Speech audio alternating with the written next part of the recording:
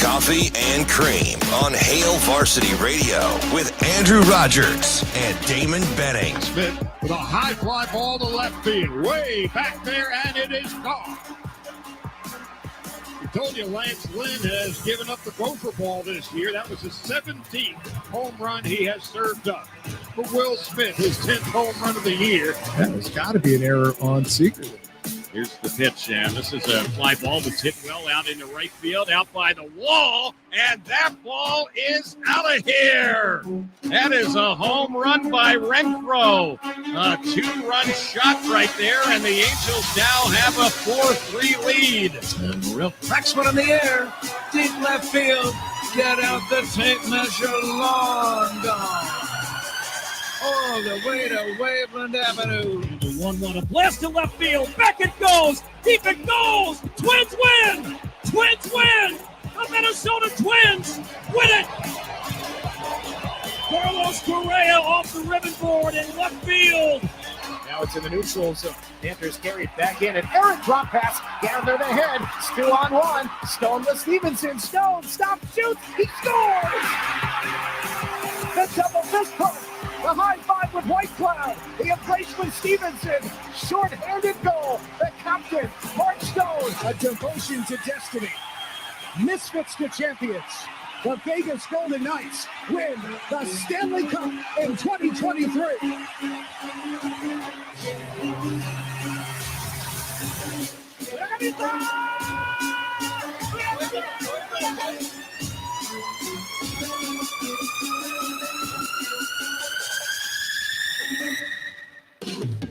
It's that time again. Coffee and Cream in the morning on Hail Varsity Radio, powered by Currency. DB, Andrew Rogers, good morning. Hey, good morning. Is that what good morning meant? I think so, and then in Japanese. Is that what it, did we decide that that's what that was? Oh, that was for sure the Japanese broadcast. Oh, I'm afraid to say the wrong thing. I'm not. Well, I'll be wrong. Well, with me, even when you're right, you know, people hear with like one ear closed. So Well, that's not just in this circumstance. That's in every circumstance in life. That was actual audio from the game last night. It was not. It was from the first period, about 5 minutes in. After the Golden I didn't know Knights. they had some broadcasters in from Japan, Shane, just to call the game for their people back home. Yeah, Big Knights fans. Mark in Stone Tokyo. has a huge throng of fans in Japan. Yeah, in Tokyo. Is that Japanese for Mark Stone? I think so. Yeah, well, that's when he got the hat trick. What a snoozer, boy. These finals in these sports were like... Well, and we talked about, too, how, 2 Florida teams in. This is incredible. Like, and then we talked a little bit about their college prowess this year. This is incredible. And all of a sudden, I think both teams lost in 5. Yeah, no bueno. No bueno. Not too good. Now, I will say this, though, because it's not good when in hockey in the finals they score more goals than the point differential in the NBA final game. Yeah. You know what I mean? Yeah. Nina Ross. That is, we're not here, but man. Finding Nemo? Yeah, for sure. Mm-hmm. You remind me more of Dory because you can't remember. They couldn't find anything last night. Panthers. It's this way. Follow me. Or can't remember on delay. I know what I was gonna say. He also drives Dory. You're like, what? You're like, yeah, what, Dory? But once they made it official about Kachuk, and I asked a couple days ago, you're like, oh yeah, I think he'll be all right. Now I think Kachuk's hurt. Mm-hmm. He would have played if he wasn't hurt. Yeah, and that I don't know, just he kind of beat himself up though because he had to. You made it seem like he's just throwing himself into like that's what he was doing. And I'm the biggest Matthew Kachuk fan out there. Anybody that wants to, argue me on that, like, no, I am. I bet on this dude all the time, and he always cashes for me. Yeah. Matthew Kachuk and I are boys. He may not know that, but we are. You guys deep down kindred spirits? We are. So me watching his game and seeing how it just started to become slower. I could see the frustration. He's a little reckless. the act of him being reckless on the ice. That's a good way to put it. He wanted to be involved in every play, which he needed to be for the Panthers to be successful. He had to be the guy that scored. He had to be the guy that poke checked. He had to be the guy that, got guys off the puck. That's just what he had to do in order for the Panthers to be successful. And knowing that caught up to him, that hockey is such a physically tiring sport. He would have played if he was okay. He would have played if he was 50%. Yeah. He wouldn't want to miss this game. But the Panthers made the executive decision in saying, well, if we win this game, now we're only down 3-2. And if you bring him back at home, they win 3-3, you give him a little extra life. Watching that game last night, though, Florida just wasn't going to do it, even if Tkachuk was on the ice. Yeah. They just didn't have it. You talked about early It's in that series demanding. about hanging Bob out to dry. Boy, he was Again last night. How about on the shorthanded goal to kick things off? Mark Stone sits in front of the net for about 4 seconds before he puts it in. Oh yeah, it was one of those nights. Just not a lack of effort. Lack of effort from. I'm hoping we get Panthers. some drama, mean with the CWS at least. Just something exciting. We didn't love we haven't loved any of the matchups so far in terms of our finals in sports. Mm-hmm. It's like gotta get something good here in this calendar year. Seriously. Well, Vegas Super Bowl was a great matchup, though. That was a good one. Vegas gets their first in 6 years. They expanded in 2017. We even love the national championship in basketball. No, UConn winning. Not too much. It's kind of a foregone conclusion. So Vegas had a very favorable expansion agreement when they first joined in 2017. And I am protected, unprotected, the draft. Yeah. I'm probably more on the side of where I think the league went wrong versus hey, Vegas is so great. And they are great and superior because they showed that when they first got into the league. But I also think they got lucky a little bit for this reason. I think that expansion draft caught GMs flat-footed because it hadn't happened since 2000, and the strategy of existing teams wasn't within active GM's wheelhouses at the time. Yeah, I remember me being traumatized right away when I didn't really understand how they were going to do it, and the Pens didn't protect Fleury. Mm-hmm. And I was like, no, not the flower. And good on the Knights to go grab him, right? But I think they all learned from that moment and retained that information from this moment when Seattle expanded in 2021. Because you look at the difference in those teams, and Seattle is significantly worse than the Knights were. And still pretty good, though. But still good. Yeah. Now, here's where Knights fans get a little chippy. No, I think their underwear is in a wad down below. Just kind of in their feels. They get mad because people constantly say, oh, Vegas had it easy. Well, why are you guys big Kraken fans? Like, what's wrong with us? Well, the thing about that is the Kraken were given a lot of grace because they sucked in year one. If Vegas would have sucked in year one, maybe had a bad year two as well, and then started to come alive, people would have flocked to them more. But because they had the so-called easy road, I'm going to use that in air quotes, easy road, they got to choose the cream of the crop whenever 2017 rolled around. Was that a Rascal Flatts song? How about them apples? Broken Road. But here, the NHL allowed its teams to protect 7 forwards, 3 defensemen, and 1 goalie, or 8 skaters and 1 goalie in 2017. Before that, teams were only allowed to protect 9 forwards, 5 defensemen, and a goalie, or 7 forwards, 3 defensemen, and 2 goalies. Hear what I'm saying there. They are able to protect so much more back in 2000 than they were in 2017, which gave a lot of leeway for the Knights to pick and choose the best players available, which is why they made the Stanley Cup Finals so early. Was it year one that they made it? Yeah. In year one. So it just seems so easy for them from the start. Now, I'm a conspiracy theorist. Financially, when they expanded, I believe like the difference in money to the league was like $420 million or something like that. Maybe it was $520 million from when it used to be and where it is now. Yes, inflation, things rise up. But when you're paying that type of money, the league needs you to be good. Yeah, that's the biggest difference. And you're in Vegas. They wanted a return, and it was that franchise market. The market says everything. So for all the Vegas fans out there, congratulations. I certainly don't look at this. I'm not taking anything away. But I'm just kind of breaking things down on, hey, this is why people still feel uneasy about you. Yeah, they're operating in a good space. I don't know. You got to give them a little bit of leeway. No, you don't want them to be a fantastic franchise. I'm not.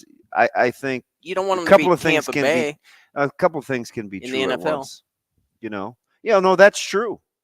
That's absolutely true. But I think with those expansion teams in the NFL, they learned a ton, right? Because Carolina and Jacksonville, Carolina had early success too. I think they lose to Dallas in 95 or 96 in the NFC Championship. Jacksonville in 96 has the improbable run that I think they beat Denver in the AFC Championship. Natrone Means Business and James Little Man Stewart went to Mile High and beat Elway and that bunch in 96. But you're right. Those early teams coming in under the merger, Tampa Bay, those teams. But the business of sports is so much different now.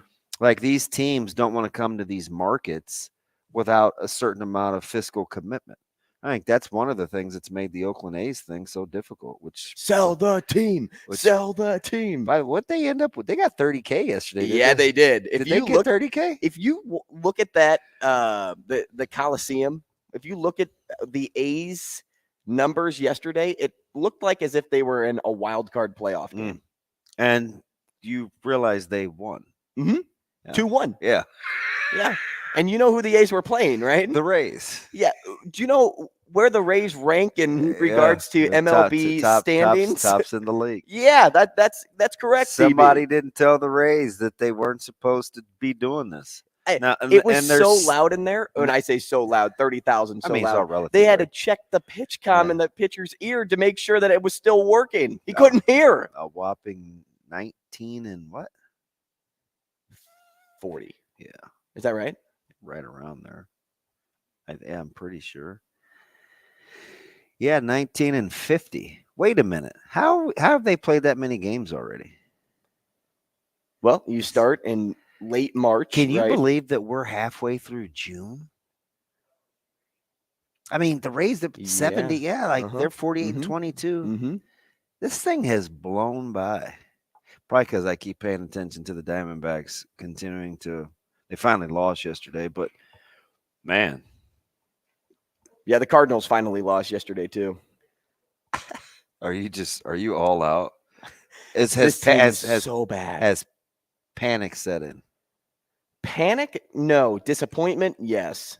So panic would have set in if they didn't have that little winning stretch in the back end of May. But we're getting to the point to where the Cardinals really need to assess if Ollie Marmol is the guy. You have to really take a hard look at that. 8.5 out before the middle of June is not. It's not like, oh my gosh. Well, are you saying not, oh my gosh, like it's the end of the world? Or well, it's funny that you say that because why should we make that the barometer of success here? Because they only have 27 wins. Is it because the Central has 34 wins that we give them a little bit of grace? Yeah, because I think you have to take a look at that. I don't know. No, I'm serious. I don't know. Oh, I can't do that. 1,000%. I look at the rest of the teams in Major League Baseball. What do we do in football, right? What's it take to win the division? We did it with the NFC East for about 6 years in a row, right? Oh man, what's it take to win the East? Who's the who's on top in the division. Like we do it all the time. Well, at Nebraska, hey, how does the quarterback situation of these 5 other schools Doesn't make it right though, DB. Even though we do it, doesn't make it right. The shaky quarterback situation of these 5 other schools has got to make this a gettable division. Like, you know what I mean? It's like we almost never worry about what the team themselves bring to the table when we do all this prognosticating. So you think because they're only 8 it's a bad division, yeah. We should look at Ollie and say, you're No. okay right now? No, so you always have to look at it relative to what you're capable of. Okay, that's kind of where I'm at. Okay, but I say you're only 8.5 back, not to validate Marmol, but to say the Cardinals are still in. Yeah, well within striking distance. I'm for that. I'm for that point. Especially given what's at the top. Right. You win 4 games. The Pirates or Brewers don't strike me as the type of team that's going to go run away and hide. Mm-hmm. So I mean, fiscally, you have to weigh your options and then see what's available at the deadline because you're going to have some players. Cardinals making trades? Yeah, no, they'll be. They're not a team that makes trades mid-season. They'll be sellers, or stay pat. That's what they do. John Mozeliak. Oh, stop! That's a well-run franchise. It has been for years. They get lucky a lot. Oh man, they give you a chance to win more than not. Yeah, thanks to the NL Central. Fudge. Having a chance to win. Yes, you sound like an ingrate. I sound like a fan of the team. That's what I sound like. Somebody that watches this team too often. Get up, baby. Thank you, John Rooney. Exactly. Get up, baby. Exactly. We are talking to Brian Christopherson at 8:00 today.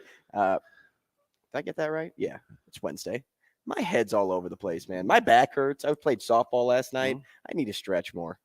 It's usually a good indicator. Just saying. Thanks, Dad. Yeah, I know it, right? Kevin Sjuts at 8:30. We are talking to John Rathous at 9:00. We'll talk some golf, the U.S. Open, maybe a little bit of the Live PGA Alliance. How about the locale at the course, man? Mm-hmm. Gonna be interesting. I was looking at the layout. Was it last night before last? You got 2 par 3s over 270. Do you think you could drive the green? No. I bet you could. Do I have to hit it straight? To get it on the green? Yes. The answer is no. No, actually, you could hit it into the trees. I probably couldn't catch one and hit it Wrong that green. far. I'm saying I have to hit it straight. Are they downhill? I'm sure there's a certain amount of elevation, but man, there's always elevation when.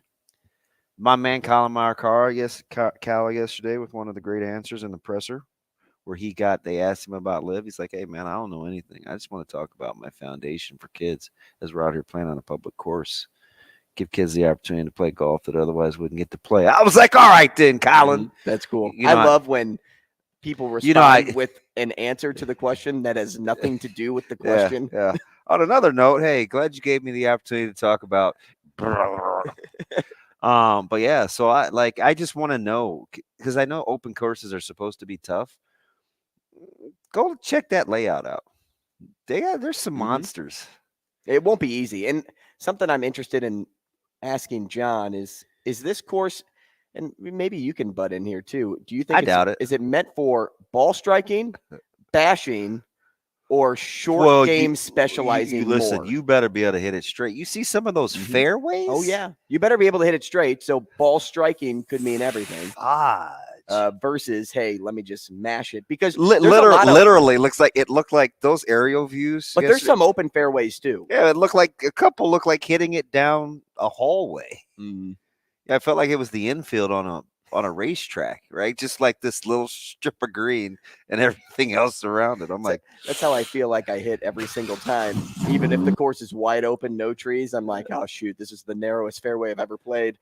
I saw a guy that I'd known for a long, long time at the DMV, and somehow we got to talking about golf, and he's a little older than me, and he was talking about all the courses that he'd played on.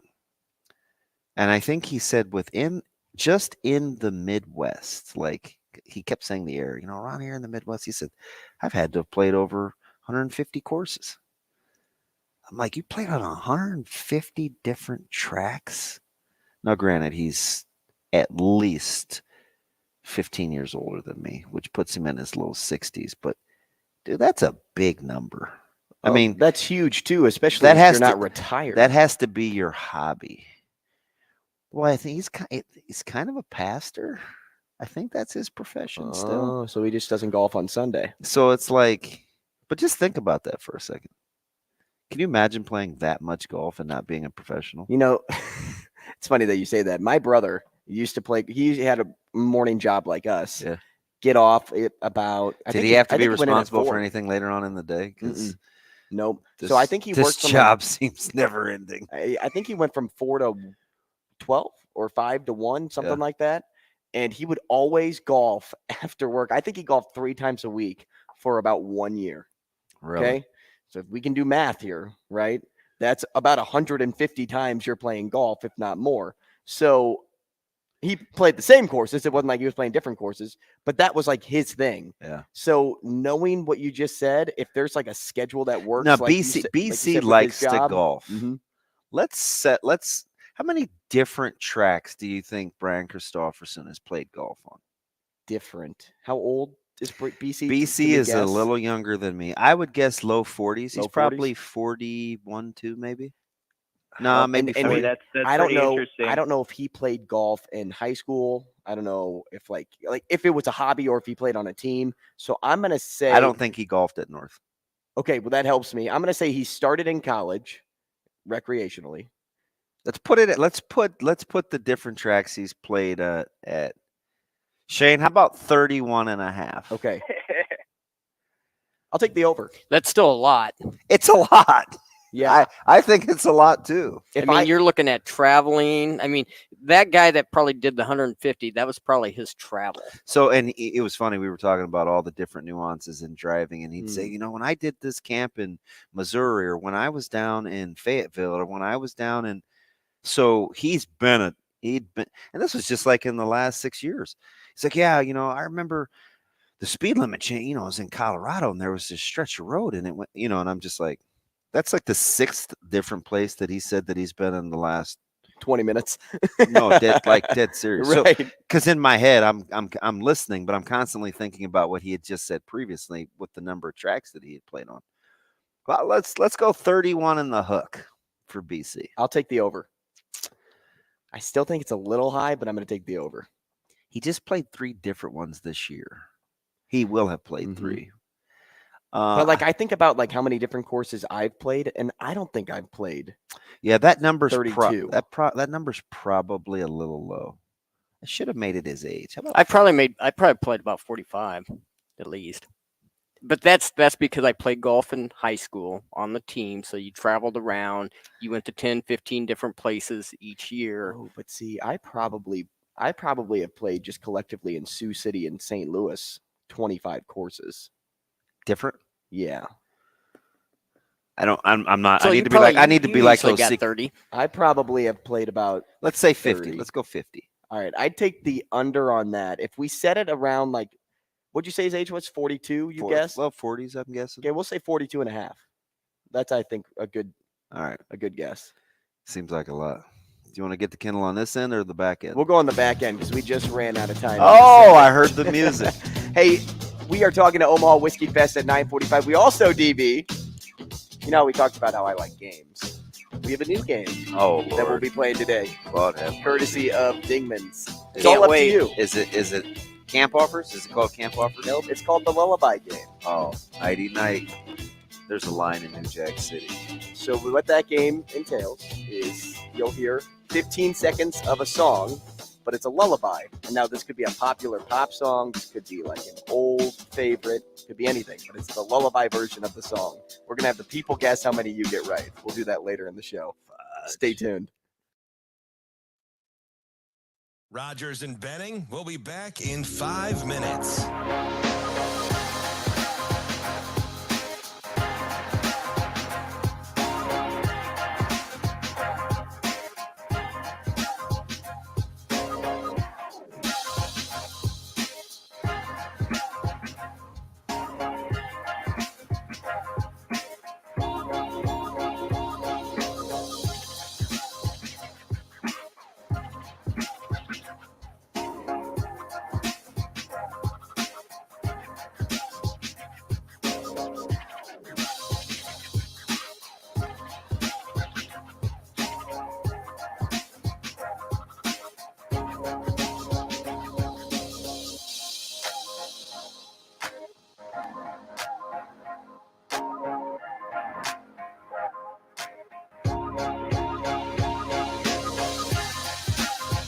Rogers and Benning will be back in 4 minutes.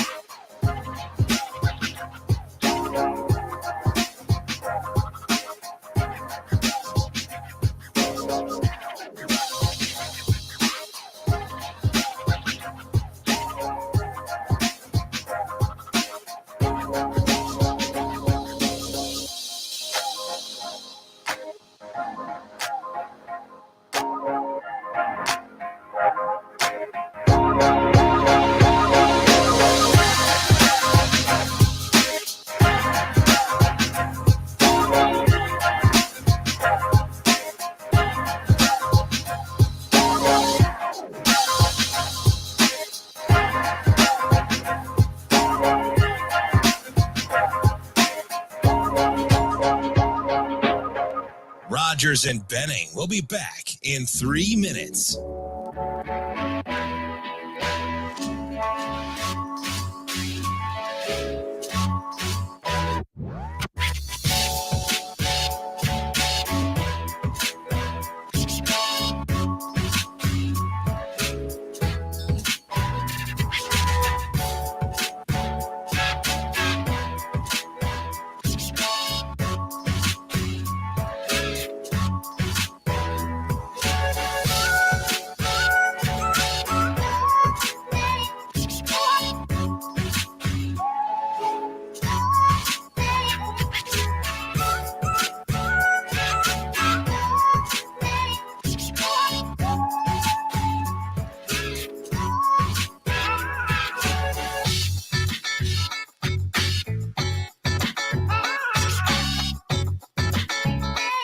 Rogers and Benning will be back in 2 minutes.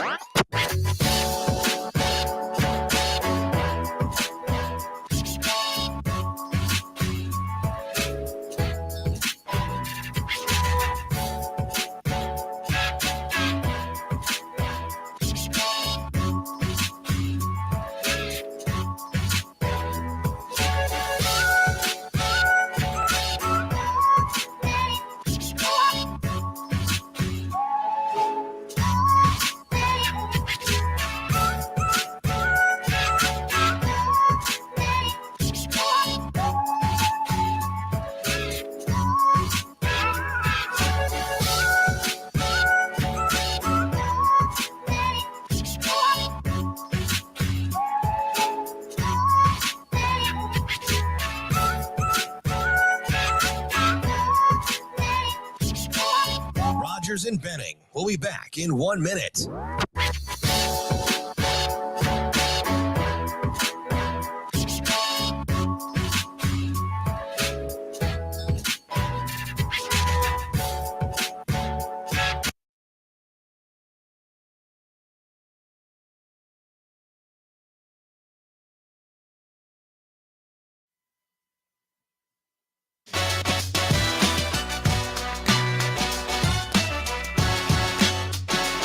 Coffee and Cream with Rogers and Benning on Hail Varsity Radio. Petrangelo, forward pass, connects with Stevenson, charges into the zone, drop back for Howden, extra pass, Stone shooting, he scores! 2 goals for Stone, 5-1 Knights. A 4-goal lead in Game 5. 3 goals here in the second period, the best period of the postseason. Hey, welcome back. Coffee and Cream in the morning on Hail Varsity Radio, powered by Currency. Damon Benning, Andrew Rogers. Ken, no, mini golf does not count. I know you played over 100 mini golf courses, but that does not count. I'm sorry to say. We are looking for legitimate 18-hole courses to reach that number, and only time will tell if BC hits the over 42.5. I guess if something is truly your hobby, you probably spend a fair amount of time doing it. I just can't imagine. But sometimes I don't try things that are new. Like, I wouldn't say like, oh, well, let me go try this new course. A lot of times I'm like, okay, well, if I am going to make it my hobby, maybe I become a member at a certain place and I'll just go there every time. I bet you Chase played a ton. Yeah. I mean, he's into golfing quite a bit. I'm just curious. Seems like a lot. Watch it be like 16. No. Just watch it though. Like BC's like, yeah, Didn't I don't normally golf. Just this summer or spring alone, he took 2 golf trips. Mm-hmm. I don't know. 150. But I guess if that's what you do, that's what you do. Did you ask him if he ever went back to any of those? Mike, no. Shane, I mean, how is that my follow-up question? I'm just listening. Hey, DB, how do you not know that answer? I'm just trying to get out of there. You know what I mean? I wasn't even trying to make small talk at all. It just got caught up. And he's like, yeah, I remember we were planning some event together and you had this, like, you had a kid. He's strapped kind of in the car seat. And I was like, oh, you had him in the golf cart. And I was like, he's going to lose that kid. And I was like, yeah, that was Caleb. That was 05. We were at Quarry Oaks. I remember. Do you have him in a car seat? Yeah, on the golf cart. That's awesome. Well, we put on a golf event. Well, I didn't know if you just threw him in the basket in the back or what. No, he was like 2. Oh, okay. Yeah, don't throw him in the basket. Yeah, or maybe less. And why I had him there, I don't know. Probably. How'd you get the car seat in? Like bungee cords? No, he was just you know, you have the little big the little big strap. Sometimes people use it for their clubs. Oh yeah. Yeah. Sure. I put him like it was like a grocery basket. Just strapped him over like diagonal. Okay. Yeah, that's why he thought I was gonna lose him. Yeah, he's probably like, this dude's crazy. No. Golf cart is one thing I could actually drive. And park, right? I can't even believe he remembered that though. Yeah, I haven't been to Quarry Oaks probably since. Never played. Oh, it's a beautiful course. Not if you're not good though. Not if you're not good. I'm mediocre. Could I survive? Probably. No. At mediocre? No. Geez, you have to be really good. You're shooting triple digits. Oh, challenge accepted. I gotta head out there. It's not far. 30 minutes. Not even from Oh, that's not bad at all. 18 from here. Sometimes I drive 45 minutes to go golf. Yeah. There was a tournament I played in back in St. Louis, but it was on the Illinois side. Drove an hour and 10 minutes just because it was all inclusive. So the whole thing got me thinking, like, if I had a hobby, like if I really had one, what would I commit to doing it? And the only thing I can think of that I would remotely get any sort of joy in is playing cards. But I still don't think I wouldn't travel to do it. Okay. You would have your spot and you would go to that spot. Yeah. Or, house games or something like that. Mm-hmm. But shoot, my buddy's just. Now, if you're taking the casino for a lot of money, though, he's playing in the WSOP, like the Senior Open. And he's been everywhere. I mean, everywhere. He just took me out to eat a couple weeks ago, and he'd had a tumor removed, and so we were just catching up, and he was getting ready to go. But that is his hobby. I have a buddy from college that did the same thing. Probably makes about $10,000 a week. Yeah, I don't want to get into his pockets, but they're deep. Yeah, but some of it isn't from cards though. Like he sold his business about 20 years ago. He had an irrigation business, like underground sprinkler, and he had an immaculate home out in Bennington that he sold, and he does well for himself. Yeah, he's wise. My wise. cousin put himself through college by playing poker. Yeah, see, I don't want to play it like that, right? The pressure, Mm-hmm. Pay the man is money. I don't want to do that, but that's the closest thing I could think of to a hobby, and I don't do it twice a year. I used to do it a lot more. I don't know what I would do that frequently. My hobby's collecting autographs, as you know. Yeah, and you do that all the time. Mm-hmm. But I don't avidly search eBay, and I'm like, I need this guy's autograph. I got to find the best price. Like, if I'm at a charity auction and I see a couple of signed baseballs, I'm like, okay, that's the one I'm going to get tonight. And if I have to pay a little bit more, I have to pay a little bit more. Coach Rule's hobbies right now, it's camp. Listen, he has no hobbies.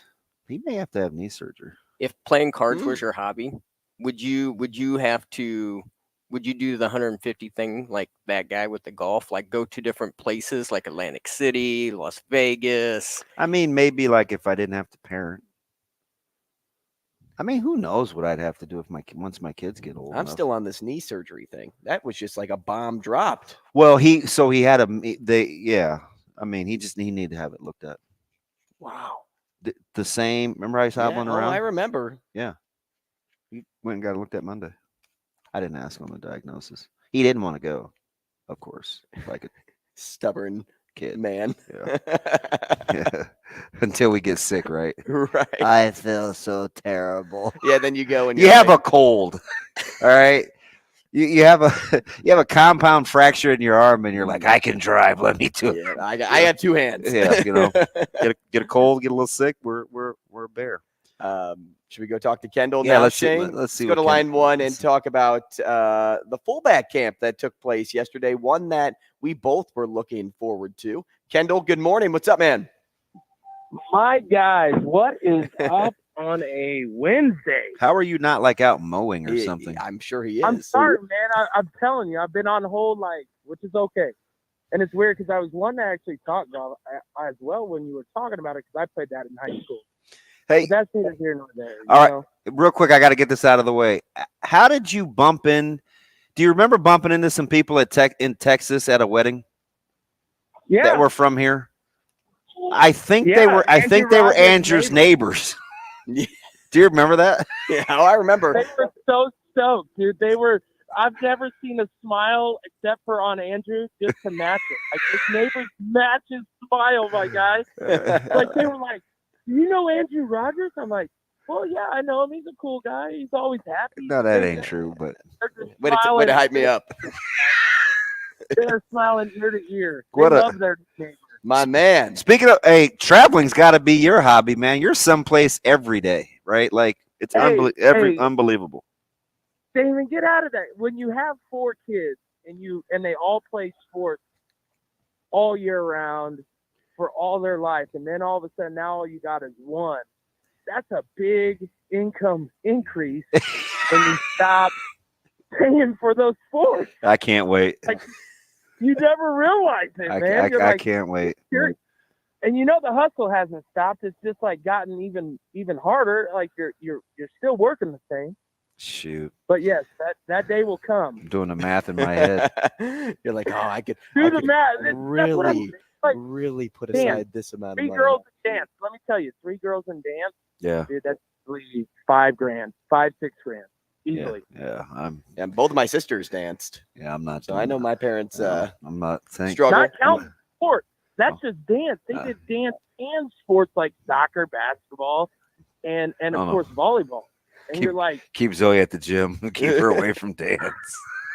Keep her. Yeah. Hey, you want to go back and work out, Zoe? Let's go. Let's do some more box jumps. Hey, what'd you do with Dad today? Oh, we went and lifted. I had a power clean today. It was weird.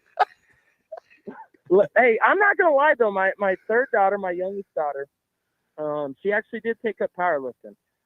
Nice. I've seen some of those on Snapchat. I think I get them all confused because you're like the Snapchat king, but I think I've seen some of those. It's just crazy the atmosphere. Like when you played and you've been around team sports for so long, and then you go to this atmosphere of powerlifting, you're like, oh, what? It's just people lifting. No, these people are like not just lifting, but they're all going nuts. Oh. Hey, do you want to call us right back since you didn't get to your Nebraska football camp? We didn't talk anything with you. It's all good. Yeah. Yeah, hit us back in 4 minutes. All right, bye. All right, buddy. He said, all right, bye. He's like, yeah, let me talk about what I want to talk about. Hey, what's your hobby? Sports? I come to think of it, softball used to be a hobby. No. And I played it a ton. Well, we need subs all the time, so I'm still going to text you. You're just not very good, prompt. I have to give you 2 weeks notice. 2 hours. We'll be back. Rogers and Benning will be back in 4 minutes.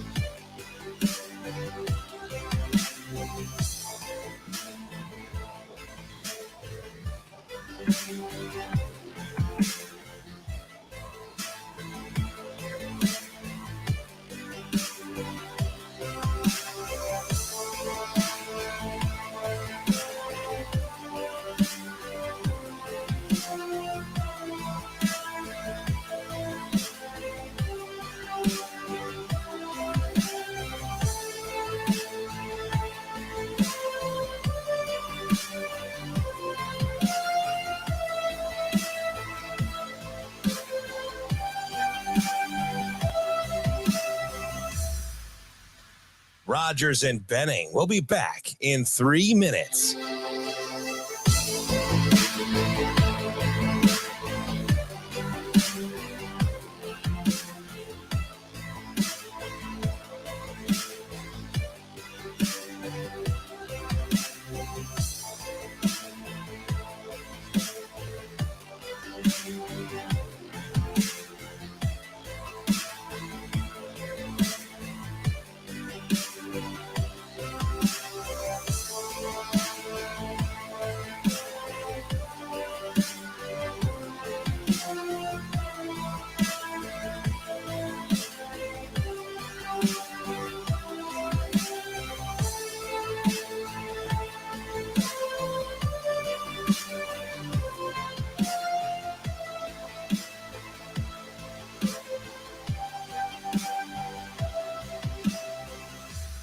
Rogers and Benning will be back in 2 minutes.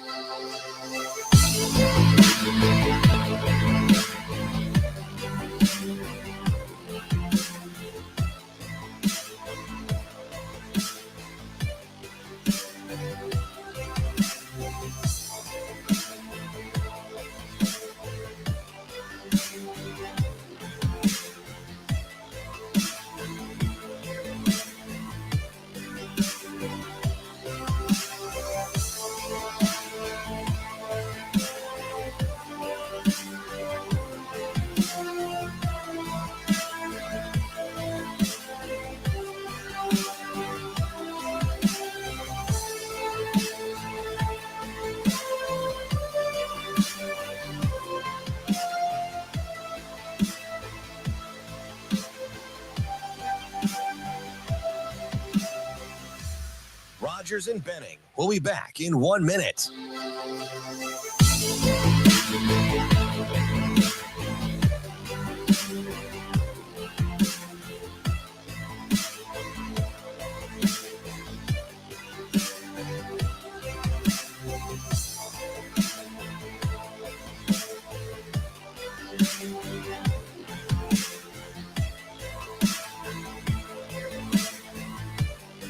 Rogers and Benning will be back in 30 seconds.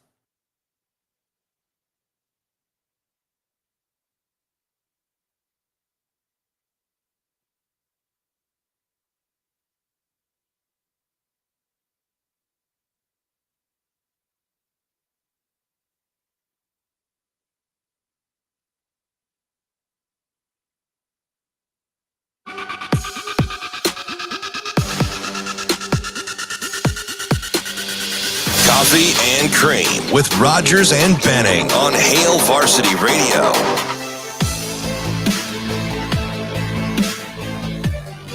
And we're back. Coffee and Cream in the morning on Hail Varsity Radio, powered by Currency. Damon Benning, Andrew Rogers. Mike on Twitter tells us Quarry Oaks is closed for renovations right now. Yeah, so T-Mac was just saying, too, because they were in the verge of maybe starting this. He goes, worst part of Quarry Oaks is if you're not a good driver of the ball, you have to drive past it and come back because so much of the course and fairway has been roped off. That's good. That's awesome. That's really good. I love that. I'm telling you, he's low-key hilarious. That's what is that tweet? That's tweet of the day right there. No, yeah, that's T-Mac doing T-Mac things. things. I sent him this skit last night of black people at the dinner table. We probably laughed together for about 15 minutes because it is so accurate. I wanted to send it to you. I just didn't know if you'd get it. I was like, because I send you stuff like that. I was like, yeah, I don't know if he's gonna think this is as funny as I do, but yeah, I'll send it to you. Yeah, please. I don't know why it came up on my TikTok is all screwed up. I'm not happy with it right now. My Facebook is all screwed up. So every other TikTok now, I'm not kidding you, it's a movie scene. Okay. That's not bad though. Yeah, but I don't know where all my recipes went. Got to start watching more. I got to get back on the recipe thing because I could scroll 6, 7 in a row and it'd be some. Well, when you watch your movie clips or TV show clips, do you watch the whole thing? Oh, for sure. So that's why the algorithm's giving you more. Yeah, I get that. Because with recipes, like, yeah, you probably watch the whole thing. And but you know what wastes my time? Don't interest you, you'll just scroll past. You know what really wastes all my time on there? tell me what the title of the movie is. You ever look at the comment section and it takes people 55 replies to get to what the title of the movie is? Because I think people do it on purpose. Everybody just names something that's not right. Yeah. Like, oh, this is Indiana Jones, Raiders of the Lost Ark, and you're watching some rom-com. Yeah. It's like, no, it's not. Oh, I know. I've seen Raiders of the Lost Ark. I'm kind of hip to the game now. Yeah, pretty.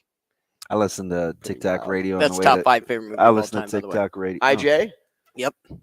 That's my second oldest sister. Tracy's a big Harrison Ford Indiana Jones fan. Pass. I was listening to TikTok radio on the way to Chicago. There's a TikTok radio? Yeah. Speaking of, remember when I told you to listen to that podcast, the Rizzuto Show? Did you ever listen to it? No. No. I need you to listen to it so I want to gauge your interest if you and have a similar personality to me in that world. So they did like a top 10. They do it every week of the TikTok songs, which change by the minute. And I'm like, I must be on the wrong TikTok because I never hear it. The only song that I hear is some song. I'll have to play it for you, but I'm sorry. Don't leave me. That song. I want you. That's the only song that I ever hear because it's usually in some sappy movie scene like 9/11 or ER. Or it's just the background of. So anyway. I don't know if that's how you get around copyright if you have certain songs like that. Shane, that's what we need to do so we can incorporate music. just we play, can incorporate. I'm sorry, don't leave me. We can incorporate music now. We can. And he's like, "This is for the bourbons and the Cadillacs." He got you really excited. You kind of like jumped out of your seat, like, "Oh, we can have music," and then he goes that far. Collide. It's a song. What an idiot. Let's collide with Kendall again, Shane. Kendall, what's up, buddy? Kendall, back with us. Shane, you're Let's actually talk about the Husker football camp now. He actually had me hyped. What's up, fellas? Shane just being a goofball. What's up with camp, man? Shane's nuts. Can you believe he got me kind of like? Go ahead, Damon. No, man. Hey, he's just complaining mad about at Shane. Go ahead. I'm sorry. Don't blame Shane. Exactly. No blame Shane. You mad? What's up, buddy? None, man. Just went to the fullback camp yesterday, and it was nice to see everything that they kind of put together for the athletes. And and obviously some might go a fullback, running back. It's all the same, but just some of the techniques that they were teaching, some of the things, it really shows that hopefully it's in the future. How about how they're so organized? They can get like 7 guys through one drill at a time and do multiple drills. That's exactly right. Like just the attention to detail, the attention to readiness, they had the athletes go out, learn something, come back, sit down, watch something, and talk a little bit about what's next instead of just, hey, let's all stand in a circle and everybody watch us, and then the coaches are waiting to set up. No, while one coach is talking, obviously the running back coach, EJ, he's talking to them. The other coaches and the assistants are setting up. Yep. And also just watching the players also like listen to their verbal mentoring. So they never skip a beat. They're always engaged, and it never seems like they're waiting around. So that's the thing. That no, they run their camps like they run their practice. Practice is the exact same way as Here's the other thing, Kendall. So I got 2 buddies. One's at Lewis Central, and another guy I don't want to give away has been on the camp circuit all summer. And this isn't to compare and contrast just Nebraska, but they've probably been to 8 or 9 camps and went to Nebraska's 2 years ago. And I remember when he came from Nebraska's 2 years ago, he's like, gosh, this thing was not very organized. We didn't do this. We didn't see this guy, whatever, right? So he was pitting it against other camps that he had been to around the region. He said this last 2 weeks of camp at Nebraska was the most organized camps that he has ever been to. From an organization standpoint. I felt like it was so smooth running for the kids that like I could tell you they weren't, no matter how much prepping you thought you might have done before a camp, warming up, working out. And obviously some of these kids went from football practice in the morning with their teams and then went out to these camps. Like, they're dead wore out by the end. Mm. Like, they're not there to hang out. There's no real hanging out time. There's no real relaxed time. It's go, go, go.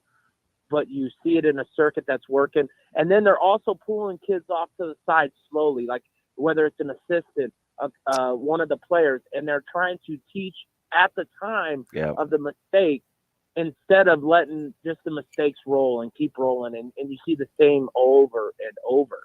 Yeah, they really like my guy from Lewis Central, Owen Thomas. They pulled him to the side and had him doing a bunch of side drills too. So you're right. They do. They do. There is attention to detail. I kind of like that.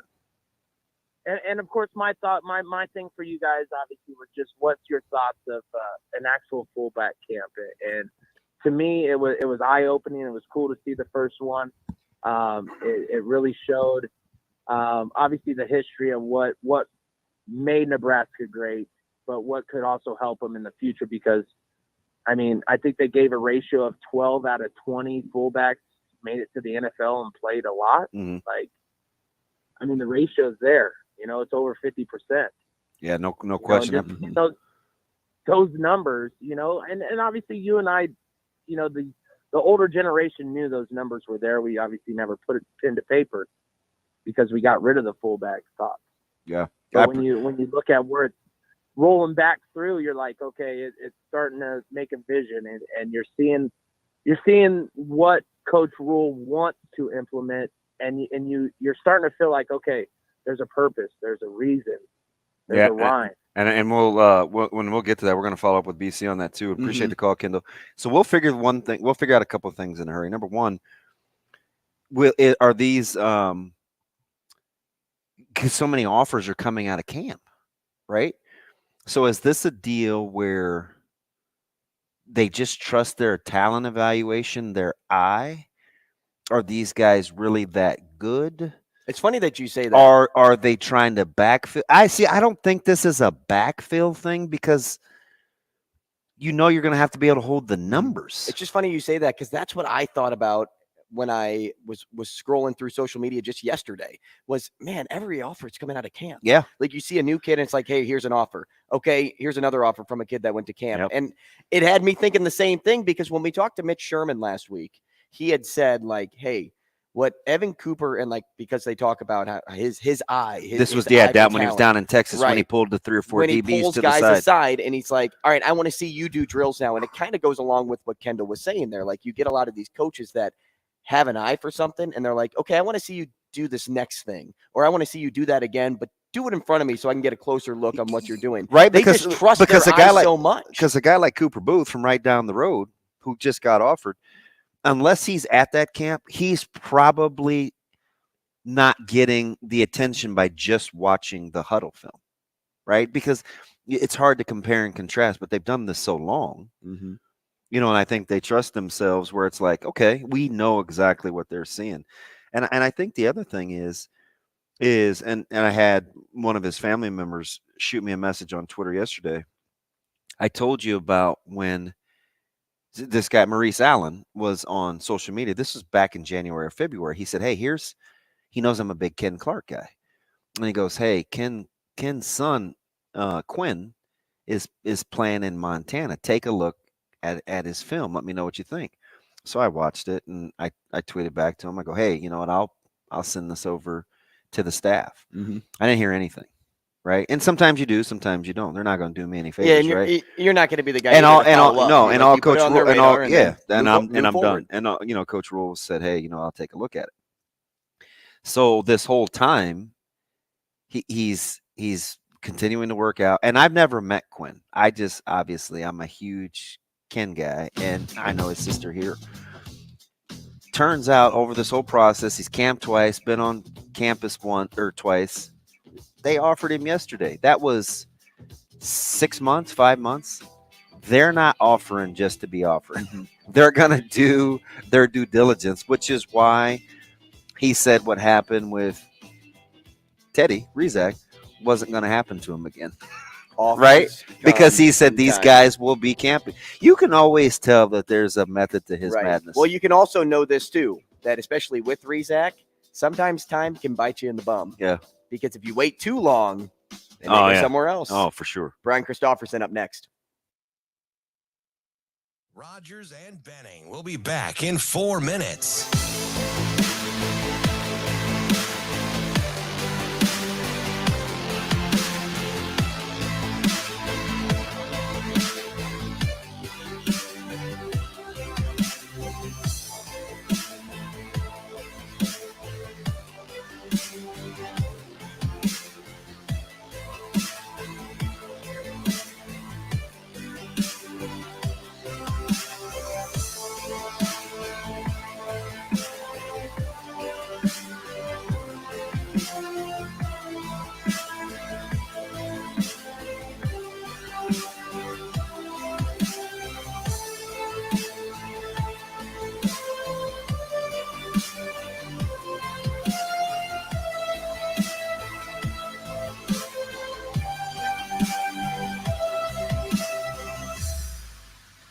Rogers and Benning will be back in 3 minutes.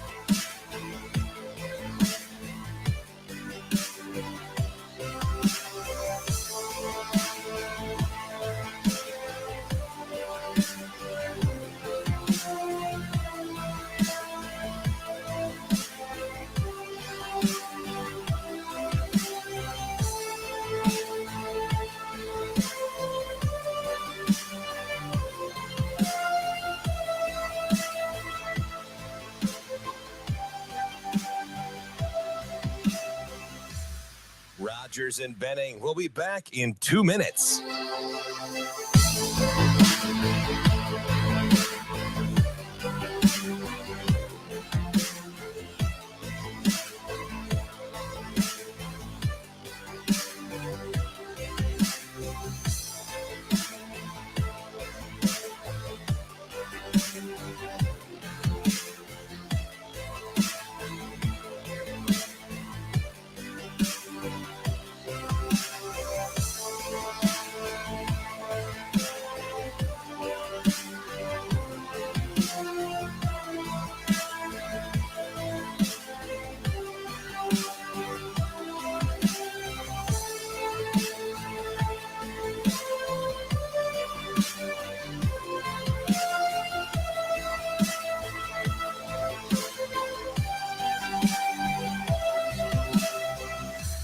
Rogers and Benning will be back in 1 minute.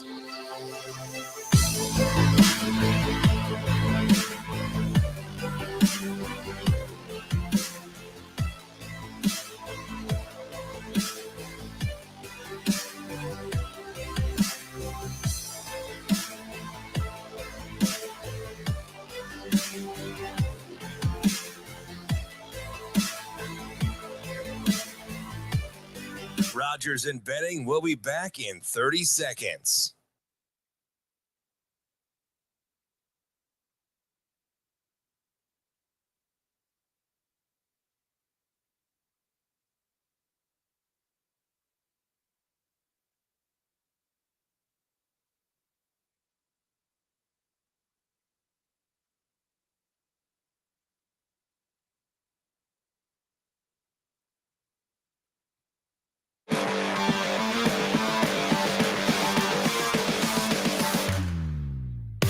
Coffee and Cream with Rogers and Benning on Hail Varsity Radio. Here is Husker 24/7 senior writer Brian Christopherson. Yeah, it'll be a little bit of a circus act. Brian Christopherson. Well, I mean, that's pretty interesting. Brian Christopherson. I kind of enjoy that. Here is Brian Christopherson. Welcome back. We tee off the 8 o'clock hour with Brian Christopherson, as we do every Wednesday here on Coffee and Cream in the Morning on Hail Varsity Radio, powered by Currency, live from the H&H Chevrolet stage at Hail Varsity Club, although BC is always on remote. So we go to him now. in a different location, as Shane tells us, and I'm guessing that's because you passed along those details, BC. Are you somewhere traveling for golf right now? No. I had to bring my wife into work. She works in downtown Omaha, so I don't think people can see it on the stream, but the Woodman Tower is behind me. Yeah, so, you can see it. That's a fantastic. That is very picturesque, BC. I mean, what's well done. It's you also look like you have the field goal post going through your head right now. Yeah, I do. I tried to rearrange it to get some of the downtown in the background just for you guys. So I hope you appreciate that effort. BC, we pegged your age at right around low 40s. Is that correct? 42. Okay. Wow, that's where we sat. I was almost spot on. Yep. Okay. So I was making small talk at the DMV yesterday, and this gentleman who was in his 60s said that he had played golf at over 150 tracks. Mm-hmm. I felt like that number was huge. But then we got to talking about, okay, if this is your hobby, like how much time would you spend doing? So we arrived at a number for you of the different golf courses that you have played golf. We put the number right at your age, 42 and a half. Have you played golf at more or less than 42 and a half tracks? It's a pretty good number. I would say over. I would say between 50 and 75. Really? Wow. Already? Yeah. I mean, when you get out of town, you like to hit up a course, and those start to add up over time. I just played 4 new ones on our trip a couple weeks ago. So you pack that in. We go up to Minnesota as a family once every summer, and there's usually a new course there. Yeah, I'd say 65 tracks. That would be my guess. That is impressive. I've put down 65 tracks. Yeah, you're in the studio. Okay, yeah, just banging them out. So Andrew and I were having this talk philosophically, right? Because what have we seen? A ton of offers that have come from camps, right? It's like, I get to see you in person. I'm offering it happen in Texas. It's happening in Lincoln, Nebraska. Like, they just want to see you.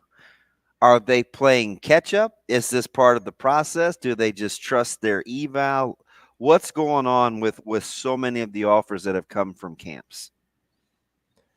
I feel like it's a trust of evaluation, and in a couple cases they're pretty interesting where, like Derek Brown Jr. came in here, and that was a guy who they had talked to, and he was just on a mission and to show, like, over those few hours, like, yeah, I should have this. And Tristan Johnson was a big lineman, D lineman down in Texas. And he actually came up here in the spring. He's probably a good example, and talked to Tony White. And they kind of gave him some things like, this is what you're lacking maybe right now. And so he went into the shop for a couple months. And there's a few examples like that of guys who I think sort of had a layout of what they needed to accomplish in front of these coaches. And then they went and did that and earned the offer. So, yeah, they've come from every which place, and it's honestly been hard to keep up with some of them, and I'm sure I couldn't come up with half of the names right now off the top of my head of who they've offered, but it is, I believe, a trust of, like, we'd see this guy for a few hours in person, we've talked to him and done our homework on him a little bit before that behind the scenes, let's go forward with it. And obviously that's just the start of the relationship. Then you get a Derek Brown Jr., you get a Quinn Clark, who's Ken Clark's son. I mean, not to be confused with Clark Kent. It's just like all us old heads are having kids, and they turn out to actually be okay, at least for some. Man, it's just weird how. And I remember I told you this story, BC, how Coach Rule, the whole Rezak thing and going back and forth, and him being late to the party kind of upset him, right? He's like, listen, I hate playing behind the 8 ball. This is not how I'm going to do business. I want to know every kid that's in this state. It's going to start through camping next year. It's going to be different. Whatever, right? And you just get the sense like this is their thing, right? It's not like I gave the analogy on Monday. Some people camp, some people glamp, right? Like they actually camp. They got the burners out. They're doing their own fires. They're braving the elements. Like they're actually camping for personnel. Yeah, and the reason I answered that first and foremost is that they trust their evaluations. Is some of these guys they're offering, they're not in our database yet. I'm not saying our people in our network don't know about them or aren't aware, but they don't even have a profile yet, and that hasn't been built up. And so my point is, this is a staff that isn't copying other people's homework. They're very much like, I trust my eyes. I know what a good football player looks like. We're going to put him through a lot of different things and see how he responds. Like Quinn Clark's a good example, son of Ken Clark. He's a wide receiver right now. He's 6'5", but he's like 190, 195. He has a frame where he could grow into a tight end. So they worked him a lot and said, what do you got with your tight end movement? But then also they put him at linebacker for a little bit. Like, what can you do if we sort of throw you out of your element? How do you respond? That's not a spot where he'd worked a lot. And, it was pretty interesting to him just how they put him at all these different spaces and kind of tested his mettle. That was his third camp in 3 days. And he responded to it because that, with his dad having played here, obviously that one meant a lot. But it is definitely sticking out that they don't need to see that this guy's rated this or someone over here had this opinion about him. They'll go with what they think. BC, you talk about not having the information, kind of a good problem to have in a way, because this staff is doing what was thought was being missed when like Rizak went to Notre Dame. Like, oh, you didn't have the details just yet, but because you don't have details for all these youngins, for example, it's kind of a good thing because they're starting this system of, okay, I'm looking ahead to the 2026s. I'm looking ahead to the 2027s, and they're kind of building toward that. But we talk about problems too, and it seemed like the national media took problem with how Nebraska scheduled moving forward. If it weren't camps in the summer being talked about, it's scheduling that gets talked about this summer too. Are you a fan of the way Nebraska went about their scheduling moving forward and going for strength over wins? Or do you understand where other, say, Big Ten West media outlets are coming from when they kind of scold Nebraska for doing what they did? I'll be honest, Andrew, I haven't seen some of the criticism that's out there, so I don't know everything that's been written about the schedules or said about them. I have no problem with what's on their slate right now. Now, I actually don't have an issue if, like, for instance, next year they're supposed to play Cincinnati.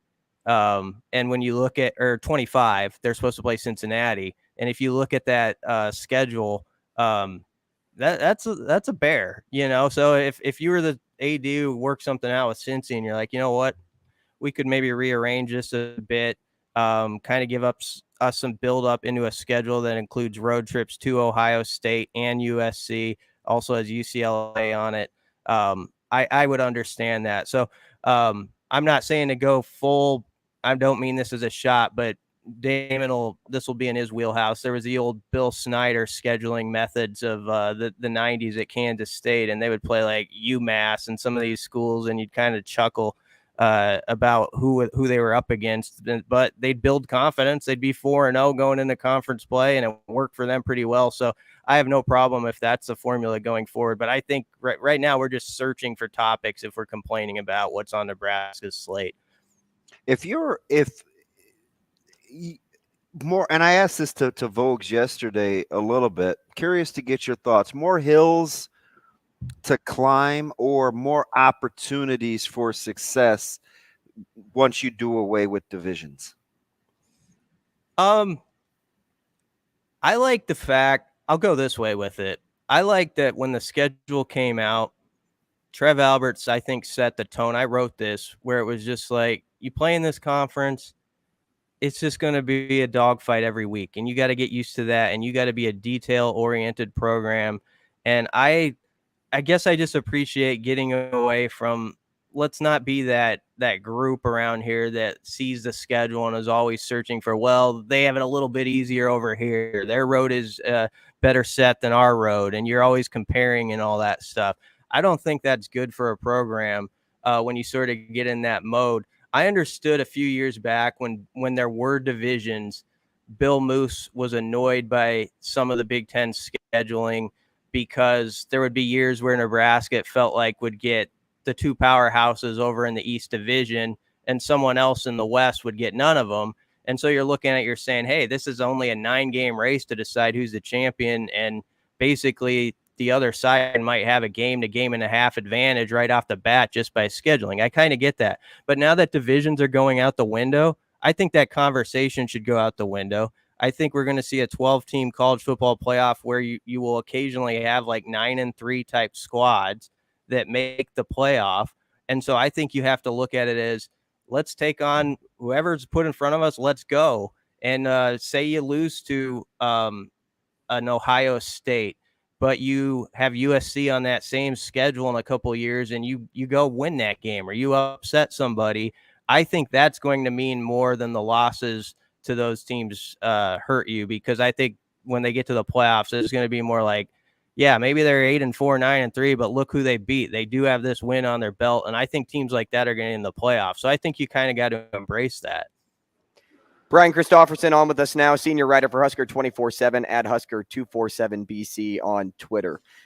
BC, I don't know if this is a curious case of the never stop working or the well-managed, maybe a combination of the two. We know these coaches never stop working and always do what is asked of them. Actually, one of Coach Rule's like 3 top rules there. But when talking about players specifically, how much pressure do they carry in order to be one and the same as the coaching staff, mirroring the same expectations while carrying all the extra workload that comes with being a student athlete? And if it's easy, if you answer, well, it's easy to do that, how much credit does the staff get in making it easy for them? I don't think it's easy to do that. I don't think it's easy to get your if it were easy, everybody would be able to accomplish it. And I think there's only a few programs where that culture really gets set into place the way you want it. But when you do get the players who are sort of the ones who are enforcing things with their peers, and they're like, this is the way we do things around here, and that's the biggest deal of all, because I think that's what especially matters here in these summer months. I mean, obviously there's strength coaches and there's folks around them, but there's going to be those moments where it comes down to, you're going to have those candid conversations with your fellow teammates about what you're doing right, what you're doing wrong, and be able to hold each other accountable. And you also got to lead with that type of example where someone looks at you and says, that guy can tell me something because I know he's putting in the work. He's earned the right to say that. I know there's sometimes this debate about over time, if kids are less willing to speak up to their peers and sort of be those type of leaders. And maybe that's true. But I think when you can find that comfort in being uncomfortable with your fellow teammates and workouts and all that stuff, I think that's when you got a really good thing going. And I think that's what they're trying to build. And we'll see how it takes. Scott Frost's staff was trying to build that too. They talked about it all the time, peer leadership and stuff, but it's just not always. And there were guys who did it well, but it's not something that I think a high percentage of teams actually end up doing at a very successful level. Yeah, and it's something, it has to be modeled too, right? Where you have to kind of groom those guys that you think have the ability to do so, and then empower them and then reinforce it, right? You can't just say it, because you have to see what it looks like and how it's received so you know how to replicate it, right? It's one thing to talk about it. It's another thing for the practical application. Let me ask you this, speaking of accountability and holding people accountable, did you happen to see the to-do list that was floating around for his assistants, Coach Rule's assistants, in the offseason, with their individual work, the one-on-one time, the getting kids out off the field and, having dinner or going to a movie, the practice plans? Is that the great equalizer for you in the autonomy that he would give his staff to do their job, is holding them accountable and knowing exactly what the plans look like ahead of time? Yeah, I think so. Here's the layout. Here's the general idea of what we're wanting these coaches to do, but I also trust you. And that's why I hired you, that you're the guy who can get that done when it's you in your room. And I just think that's, again, going back to the last answer, that's one part of success. I think that's another part of success is you have coaches like that at every position group where you just have a faith in them that they know what you want, and then they know how to execute what you want at a high level. And yeah, it was interesting. I did see a bit of that, just the amount of details that go into him just thinking about that process. I don't know if every head coach is doing that. But I think that gives insight. And I think this Husker fan is craving that from their head coach, where they feel like this guy, he knows maybe not what's around every corner in this program, but you feel like he's got a good pulse, a good read on the pulse of what's happening. And when you feel like the guy in the captain's chair is in that position, I think it does bring comfort to the fan base. As something as subtle as, he said, our schedules got a little haywire when we were experiencing COVID. Kids don't know how to utilize downtime. I want to know how your position guys are scheduling their free time. When are you going to play video games? When are you eating? When are you going to class? When are you hanging out? When are you hanging out with your girlfriend? Like, you have to know that as a position coach, so you know how people are prioritizing their time. I'm like, I don't know if I would be offended as a player or cool that you did. I just know, like, I felt like that was a nice little snapshot into what I think his personality is, because he's told me from day one, I just don't like to leave things to chance. Yeah. Well, and I think this, like I said, I think this fan base wants a coach like that. I think they like. Wasn't that odd though? I thought it was weird. BC, because I don't think I would have shared that information. Like, why do you need to know when I'm playing video games? Because now I look lazy, right? Well, I think so do you think when he says things like that, he's operating under the premise that he knows you're going to do it? Let's just talk about when and how much.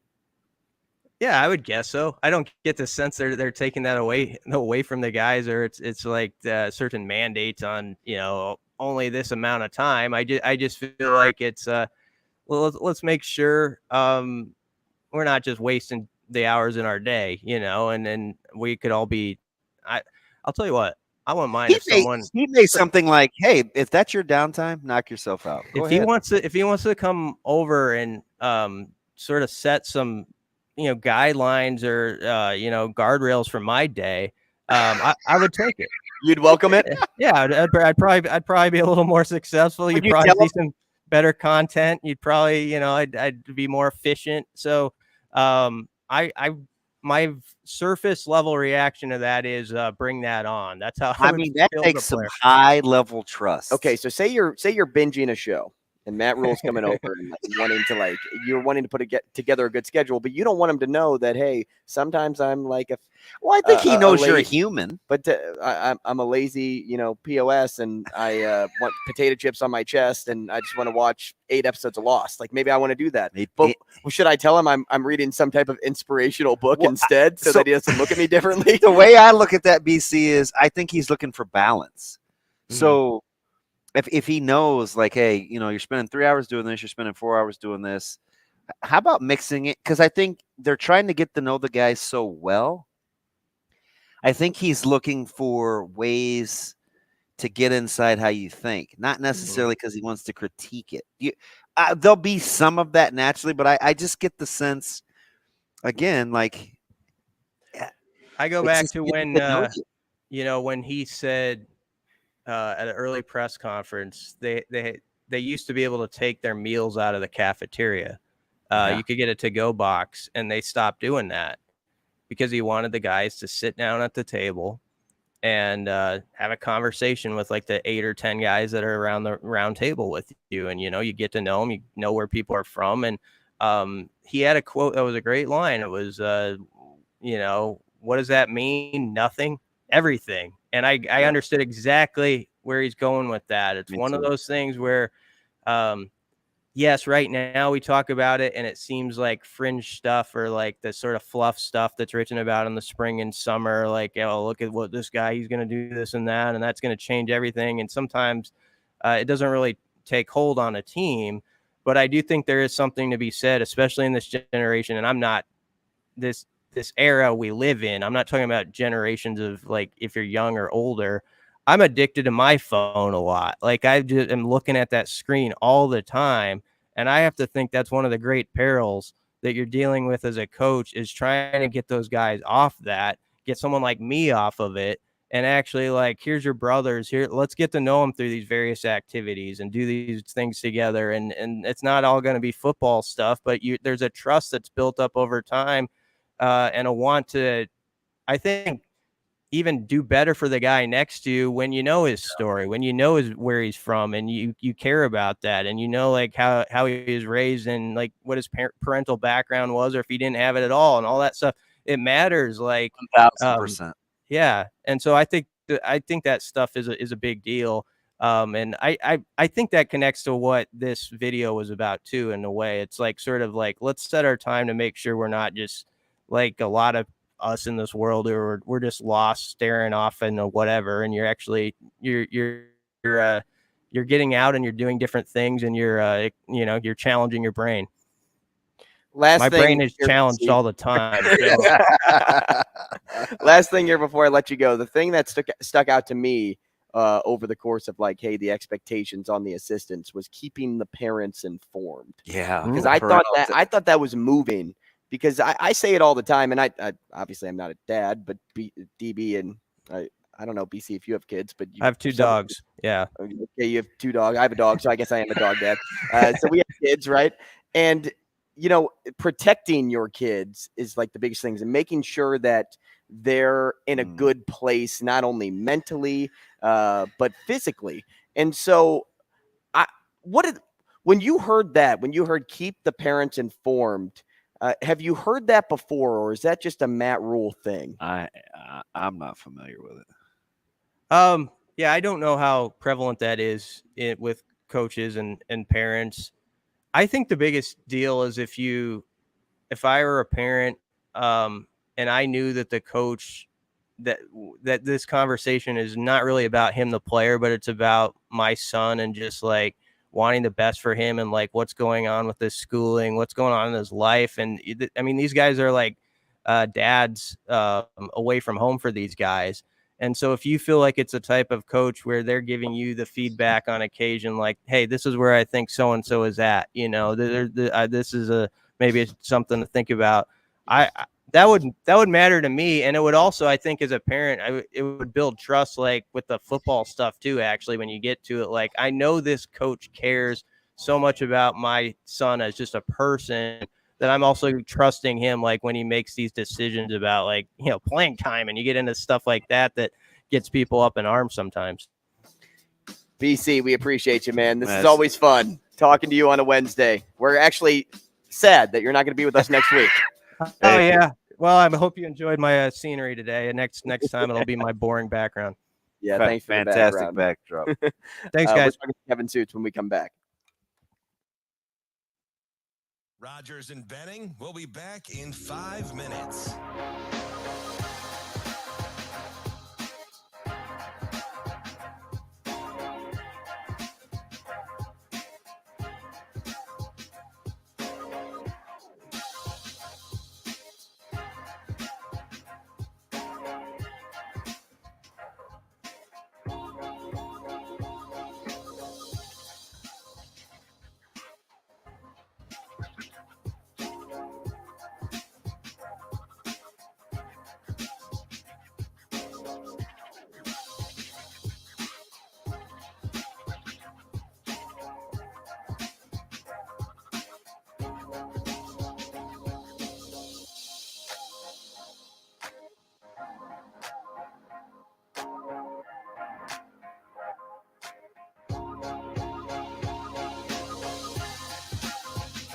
Rogers and Benning will be back in 4 minutes.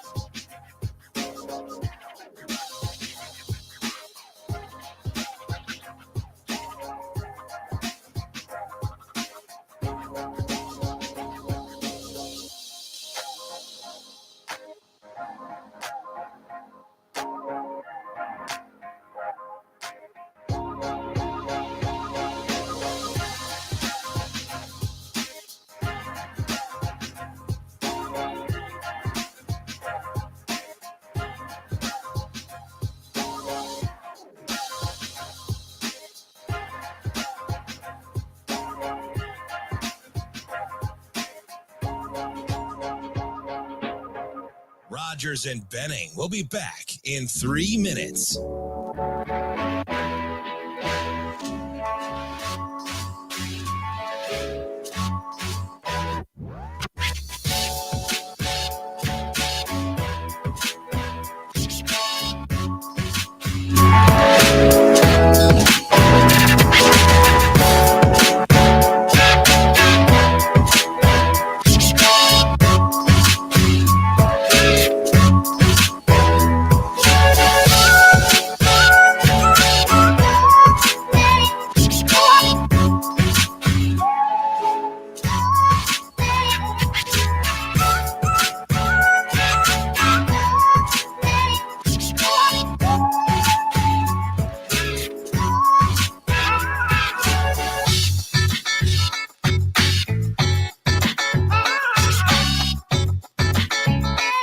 Rogers and Benning will be back in 2 minutes.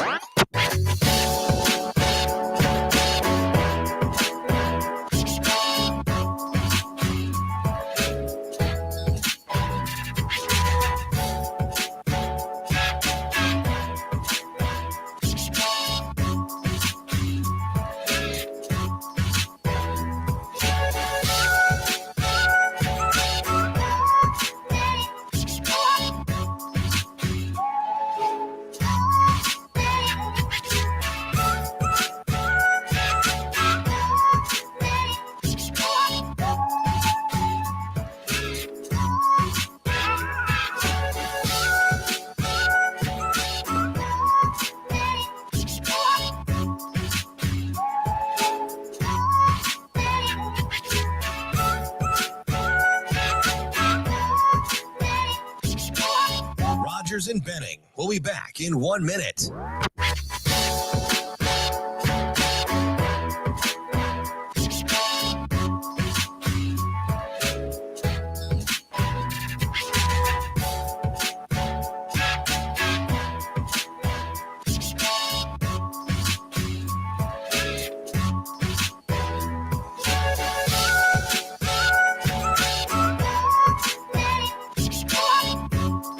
Rogers and Benning will be back in 30 seconds.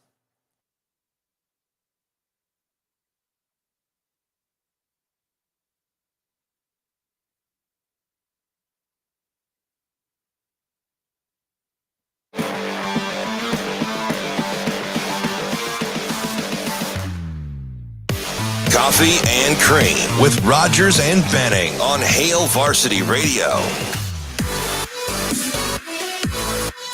Hey, welcome back. Coffee and Cream in the morning on Hail Varsity Radio, powered by Currency, 590 ESPN Radio in town. We're live on Twitter, live on YouTube. Hurrdat Sports YouTube page, the Hail Varsity Radio YouTube page. You can catch us after the show on Spotify, Apple, Google, Amazon, DB's favorite things. All four. Save it. Save it. I sent him the podcast that I need him to listen to, at least for a little bit, on Spotify. But if you are looking for that podcast to send to your friend out there, make sure to send them Coffee and Cream over anything else. We are back 8:30, 8:29 on the nose, which is our comeback break. And that's where we have Kevin Sjuts on every other week. So we will bring him in now. Kevin Sjuts, sports director at 1011 now in Lincoln, at Kevin Sjuts on Twitter, SJUTS. Kevin, good morning. Good morning, gentlemen. Kevin, good morning, man. How are you? I'm doing well. How about you guys? Good. Just in deep thought, Kevin, you play video games with your boy, right? Or your kids, plural. That's correct? Yeah, all the time. How old are your kids, if you don't mind me asking? Or at least the one you play video games with? Well, I can't do one and not the other. So I have a boy that's going to be a freshman in high school, and then a to-be fourth grader who just turned 10 a few weeks ago. Okay, so I have a question for both you and DB, okay? It's Kevin's time. Well, I know, but I kind of want to get like the dual purpose answer here because I want to see if you guys think similarly or not. So, Kevin, say your freshman in 3-ish, 4-ish years is going to be a highly touted recruit, okay? Just for this hypothetical's purpose because DB has one right now. And we've been talking about how Coach Rule has these things that he has his assistants kind of lean on or follow a checklist. I don't know if you saw that put out on social media yesterday, but just kind of like what he wants his assistants to do. And the big thing that stuck out to me was informing the parents, because the parents are always looking out for their child. They know what's best for their child. They worry about their child's well-being. And so the question I want to ask you both is this: how much do you subconsciously influence your child's decisions? Like, really think about that for a moment when it comes to like recruiting, for example, and knowing what's best for your child, where you think is the best decision for them, but you also don't want to like openly influence their decision on where they want to go. How much do you subconsciously influence your children's decisions? Fascinating question, and you're making me think way too hard at 8:32 a.m. It is kind of strange, isn't it, Kevin? Because we can do this though. I would say for the 14-year-old, it's not as much as you would think. I'm gonna at that point in his life, you'll let him make his choices, and you want to support that, and give as much input and guidance as you possibly can. So I don't know if that's influence or just informing. As for my 10-year-old, oh yeah, there's a lot of influencing there. The subconscious comes in because he just doesn't have the life experience to know the best decision. So sometimes we'll make that decision for him. We try to let him make some of his own decisions too. It's that controlled failure piece. Oh yeah. But yeah, you want to make sure that he's set up for success. Look, let me ask you. So this is interesting because it seems like there's some autonomy, right? You're grooming young people to be free thinkers. Would you want to be the parent, Kevin, that is got contact, has open dialogue once your kiddos get to college, or is that the point where you want to see if there are any fruits of your labor, right? Because I'm trying to envision, my assistants Nebraska's assistants keeping me abreast of the situation and telling me how little Kenny's doing or little Sarah's doing, and I'm like, I don't know at first blush how much I would want to know, but I do get why they're doing it, because the more you let me know that you're involved in my young person's life, the more apt I am to not want to leave you. Right?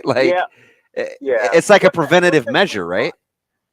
Yeah, and you really got to find what's the sweet spot. You clearly you don't want to know everything, and you want your child to have the experience they should be having at whatever the age that is. Right. But you want to be clued in. So where is that middle ground? And that's why, as you guys relate this to Nebraska football and Coach Rule and his staff, that's why you have to have full confidence and trust in the folks that are around your son or daughter all the time. Yep. And it's not just coaches. It's also when you do those college visits, what's the administration on that campus look like? How involved are those professors, and who are the, what's the teacher to student ratio? You have to evaluate all those things, because those are the folks that are going to be having the largest influence on your child if they are away from home.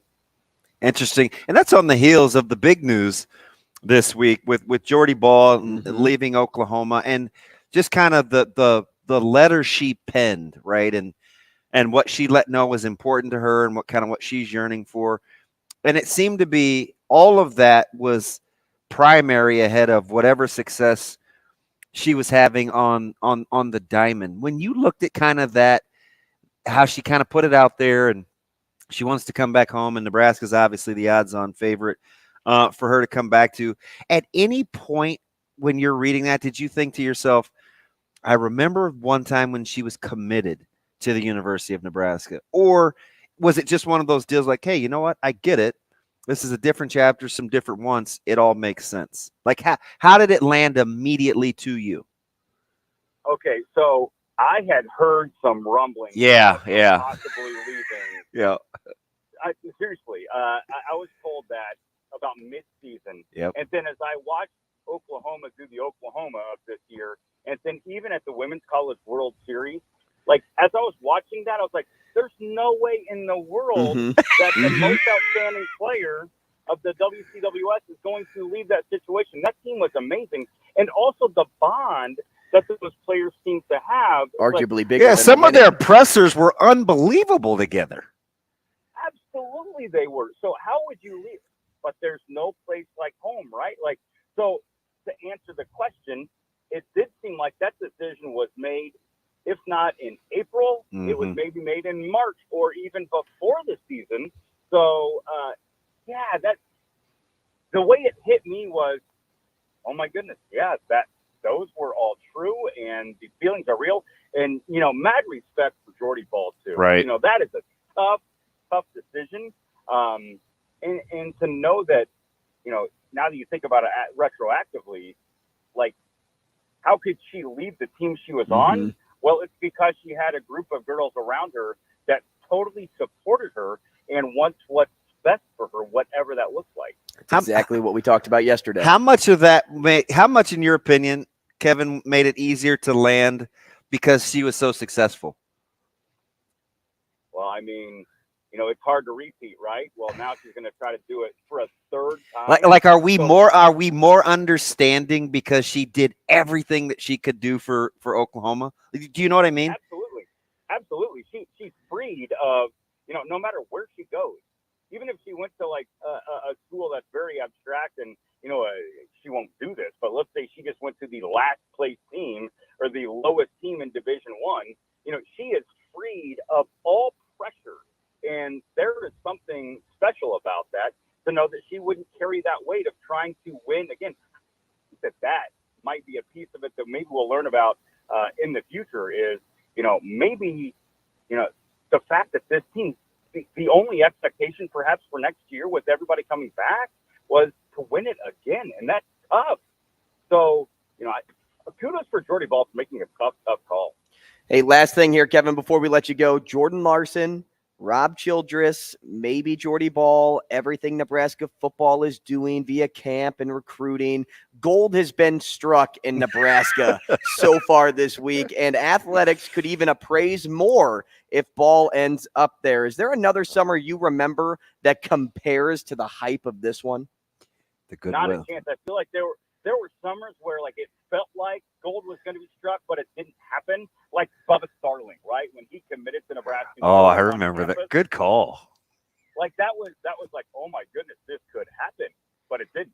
So I feel like there have been so many times, or they hit a recruit and then there's an injury or a circumstance in which they're not on the team. So I these are three headlines. Even Nebraska basketball won the offseason. Yeah, that's another good one. Great point. So, this is like a summer's worth of awesomeness if you're a Nebraska fan, and it happened all in consecutive days. This is wild. Kevin Sjuts, we always appreciate your time. Thanks for thinking in Andrew's deep thoughts this morning at 8:30. I appreciate you. It's nice to have two great people to bounce my thoughts off. Yeah. Tell them, checks in the mail, Kevin. Now, boys. Thanks, I Kevin. have a lot of questions. Appreciate it. Hey, when we come back, we got time. Let's take a break and play a game with DB. We'll relax before we get back on the sports train with John Rathous. Lullaby Game up next. Rogers and Benning will be back in 4 minutes.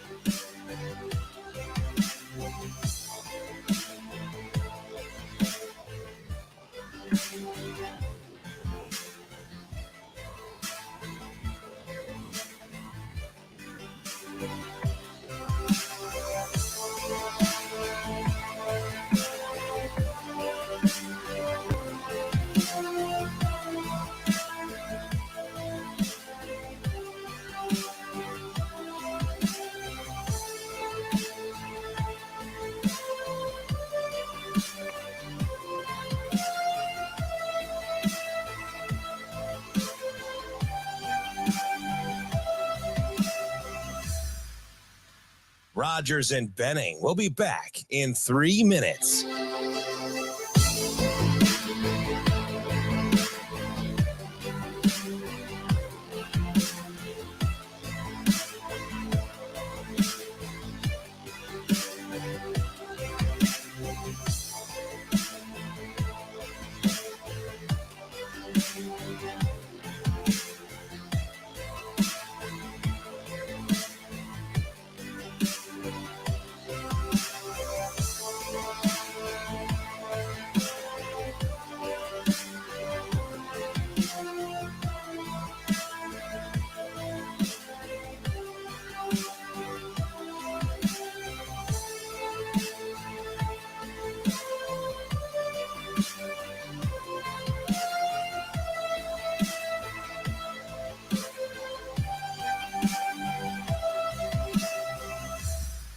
Rogers and Benning will be back in 2 minutes.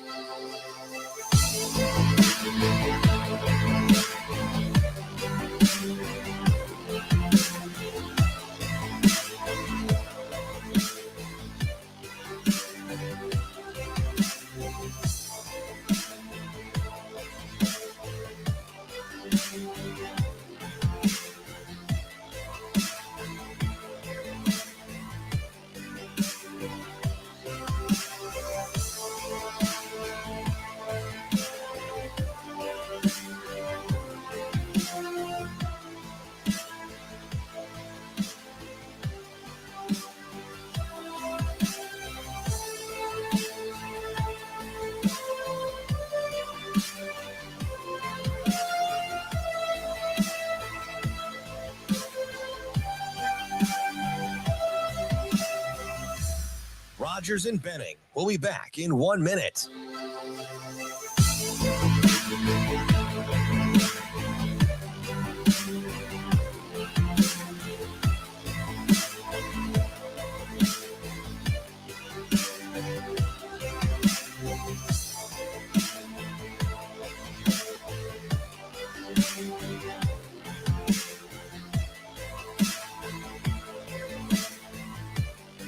Rogers and Benning will be back in 30 seconds.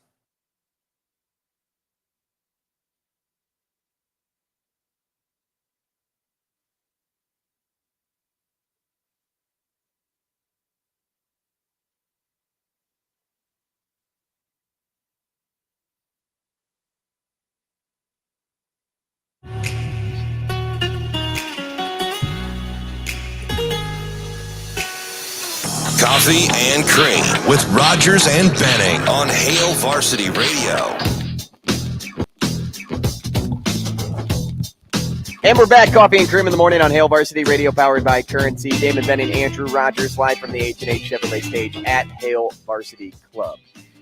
Okay, we're going to try something new here, something fun. I'm trying to add like a nice, like Salt Bay. Right, I'm giving a little Salt Bay to the Dingman's game. We're moving away from 2 for you today. We're going to try the Lullaby Game because just like a lullaby, you should not fall asleep at the wheel. And if you find yourself in the case of the tired eyes, pull over to the side of the road and take a rest so that your car doesn't end up over at Dingman's. But if it does end up at Dingman's, you will have a very good experience over at Dingman's and the people there. The customer service is off the charts. There's 4 locations. Go check out Dingman's Collision Center if you have a problem with your car. DB, you're a music buff. We know that, right, Shane? Because he sings a lot on the show. Is this the game I have to write stuff down? No, not this one. Oh, not this one. Okay, we'll try something out, and then if it works for future, I think what we'll do is have people via StreamYard just guess how many DB is going to get right. You know what? If you guess the right number today, if you're on StreamYard and watching, since this is a trial day, if you give the number out of 10 that DB gets correct, I'll make sure that there's a Hail Varsity Club gift card waiting for you at the hostess stand. So if you want to play, feel free to do it, or you can just sit back and enjoy. But DB, do you feel like you're going to know a lot of these songs, or do you think like, I don't really have a lot of faith in myself? I don't really have a lot of faith. So if you had to set like a number for you, like what is a goal that you're trying to hit out of 10? 5. Okay, so 50%. Shane has 10 songs queued up. It's 15 seconds of a lullaby of a literal song. You can either give me... No, you have to give me the name of the song. But if you give me the artist, I'll give you a bonus point. Okay. Shane, you ready to go?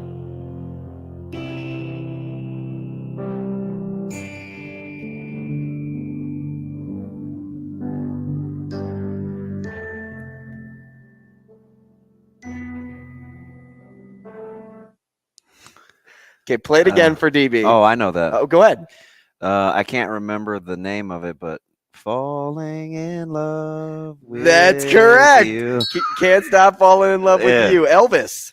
Let's go. DB, 1 for 1. Okay, I see you. Okay, we have 2 people in. Ken thinks you're getting 7. Nick thinks you're getting 6. So there's some confidence in you. Okay. All right, Shane, song number 2. One in the bag.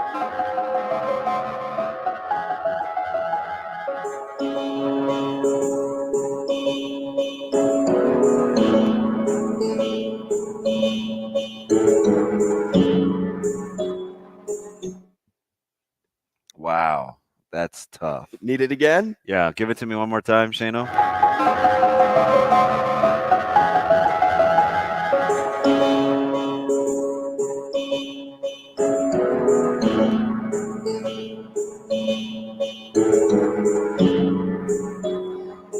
Wow, this isn't going to be right, but it reminds me of Bigger Picture from Lil Baby. It is not Bigger Picture, but decent guess. It is Seven Rings. It's Ariana Grande. Okay. Why I would know Ariana Grande? I have no idea, but it's just a popular pop song. The only thing I like Grande would be your coffee, my caramel macchiato. Only from the Beanery. Yeah, of course. All right, Shane, song number 3.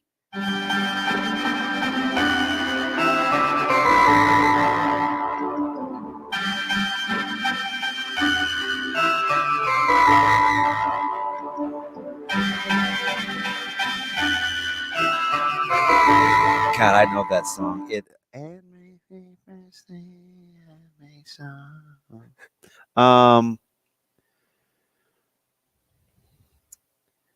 Who sings it? Think about who sings the song. I know.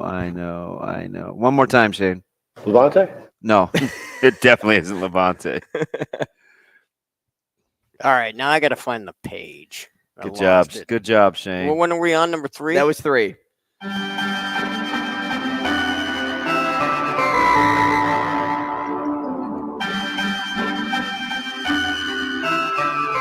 I'm going to be mad at myself, but I don't know. But I'll know it once you say it. That song is Lucy in the Sky with Diamonds by the Beatles. You're like, I know it. Go ahead. All right, Shane, song number 4. So that's only 1 out of 3 so far? Mm-hmm. Come on, man. I got to go. Let's go. You're indignant. Shut up, Shane.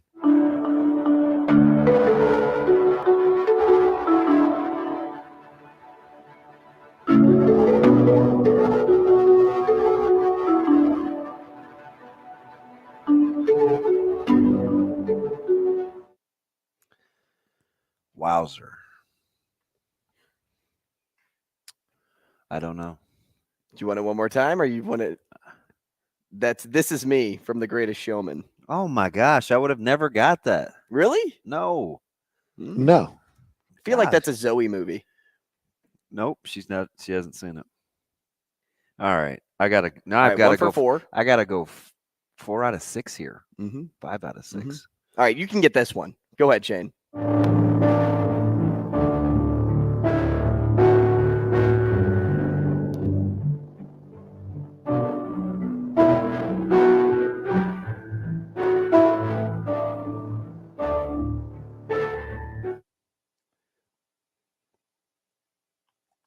Come on, DB. I have faith.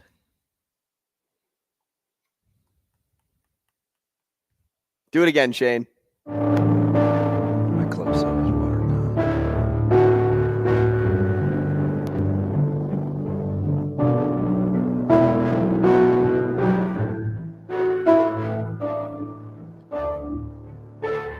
Oh, is that Journey? Oh, Sherry? Ah, no.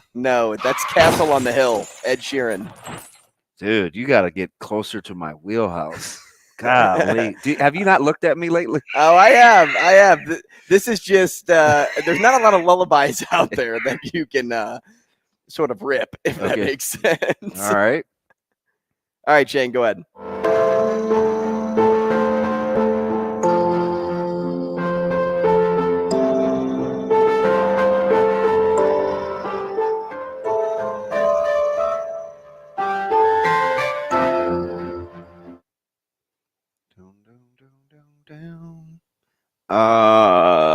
This game is brutal. I give up. That one's I Don't Want to Live Forever. Wowzer. That's a Swiftie song. I know you're like Aaron Rodgers throwing your hands up to the sky. Wow. Her and Zane. Wowzer. No. You're not even remotely in my wheelhouse. Hey, don't blame the songs here. Don't blame Shane. Shane, let's move on.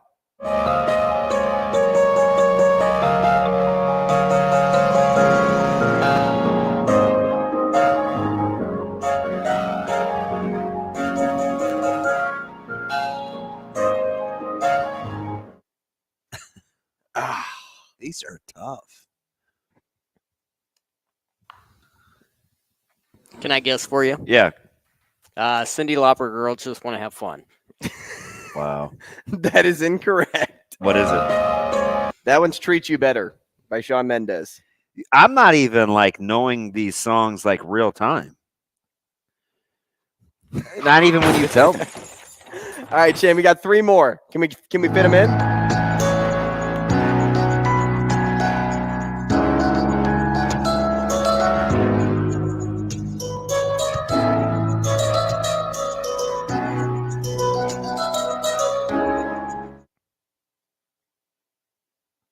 That one sounds really familiar. Got a guess? Phone a friend? Can I phone a friend? I don't know. That one's Charlie Puth. Oh my gosh, Andrew. You're killing me. You're absolutely killing me. As my man boy said. You can get these last 2. Easy. These are easy. Come on. Boy said worst game ever. That's cool.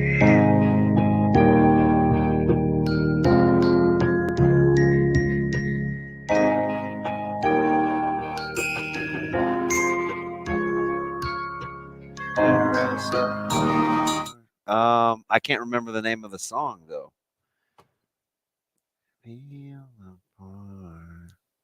Shane, do it again.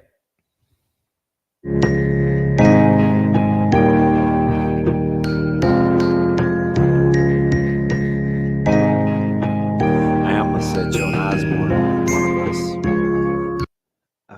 But that part right there, Shane, play that last part again one more time.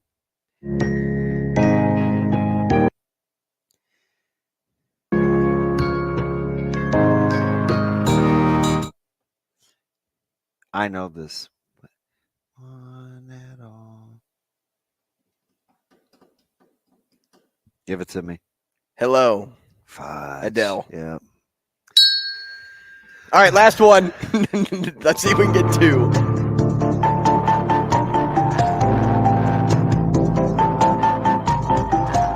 Oh, Drake. Hotline. Yeah, all right.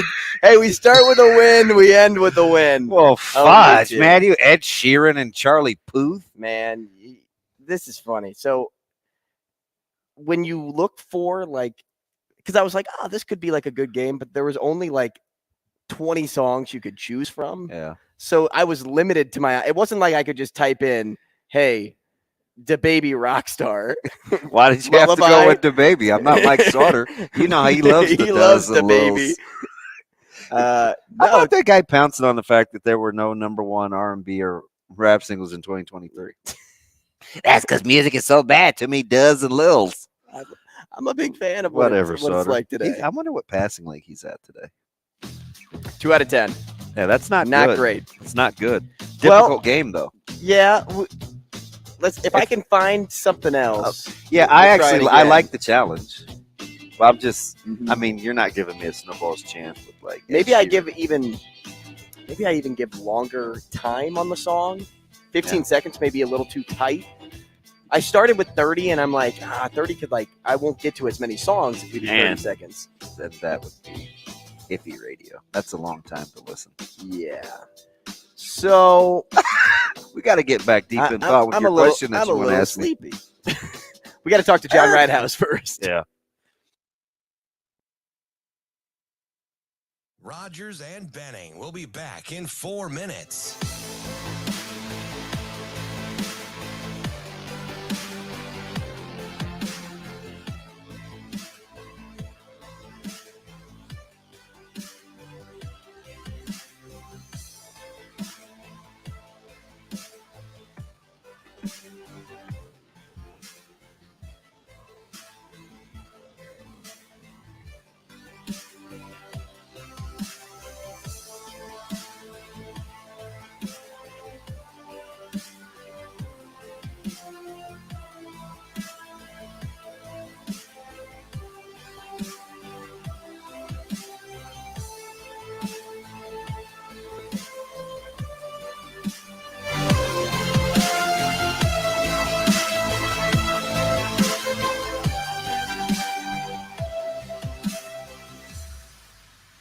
Rogers and Benning will be back in 3 minutes.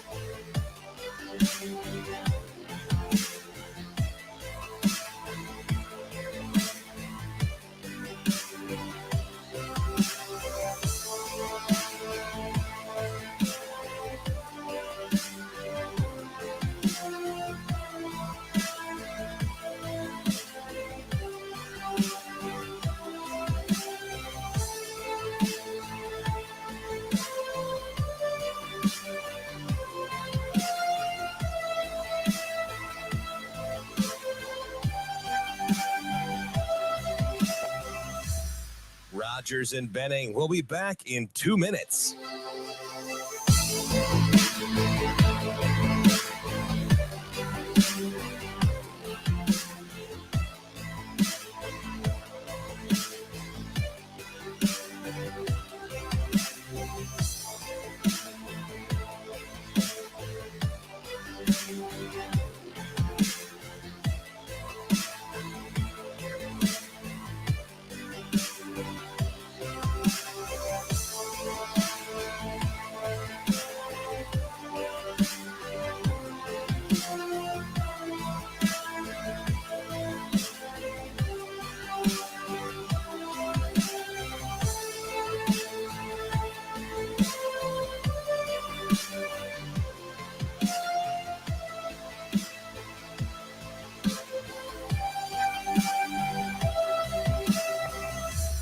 Rogers and Benning will be back in 1 minute.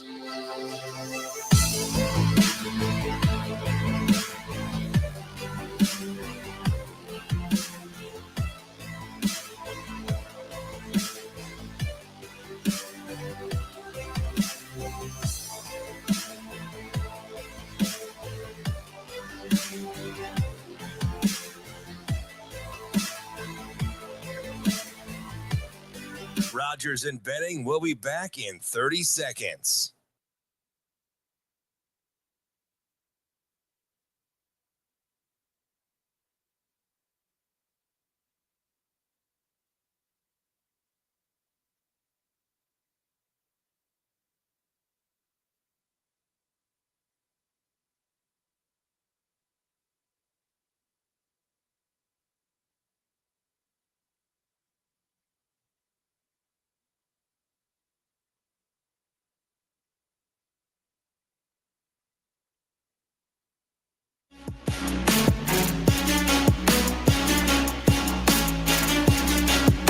Coffee and Cream on Hail Varsity Radio with Andrew Rogers and Damon Benning.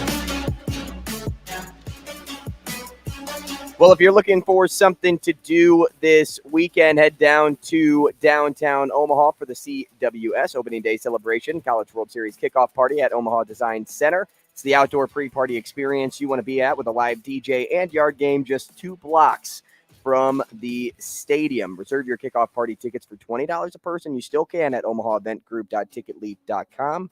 Again, that's omahaeventgroup.ticketleap.com. It will take place Friday at Omaha Design Center off 15th and Cummings Street. 4 p.m. is the start of the party, and that's when the doors open too. So make sure to get your tickets now. Something else happening this weekend is the U.S. Open.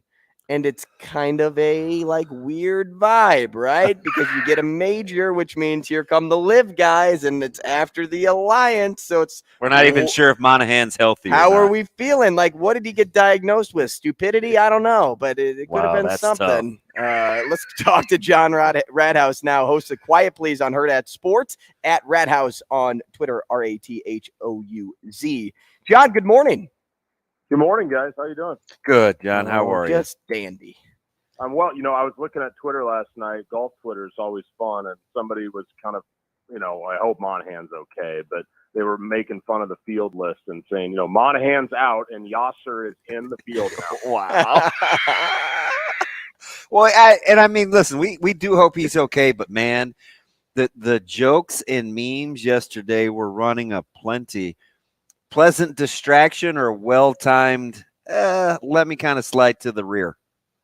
Yeah, I don't know what's going on there. I would say my first instinct was with all that was going on, that's a moment where you hear a lot of guys just have that stress reaction, and right. The doctor's like, dude, you got to take a break. So, that's kind of what I'm giving him right now, but it is pretty convenient for him as well that he can just slip to the back and not have to worry about answering any questions. Of course, the U.S. Open helps things this week. That'll be the main focus, I think, once tomorrow rolls around.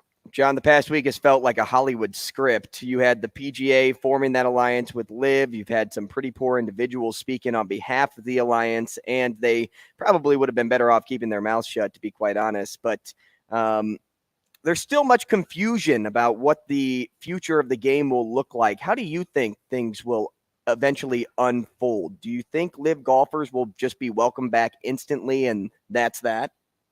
Yeah, that's interesting. I think my main takeaway, first of all, I thought it was April Fool's Day. I had to check the calendar.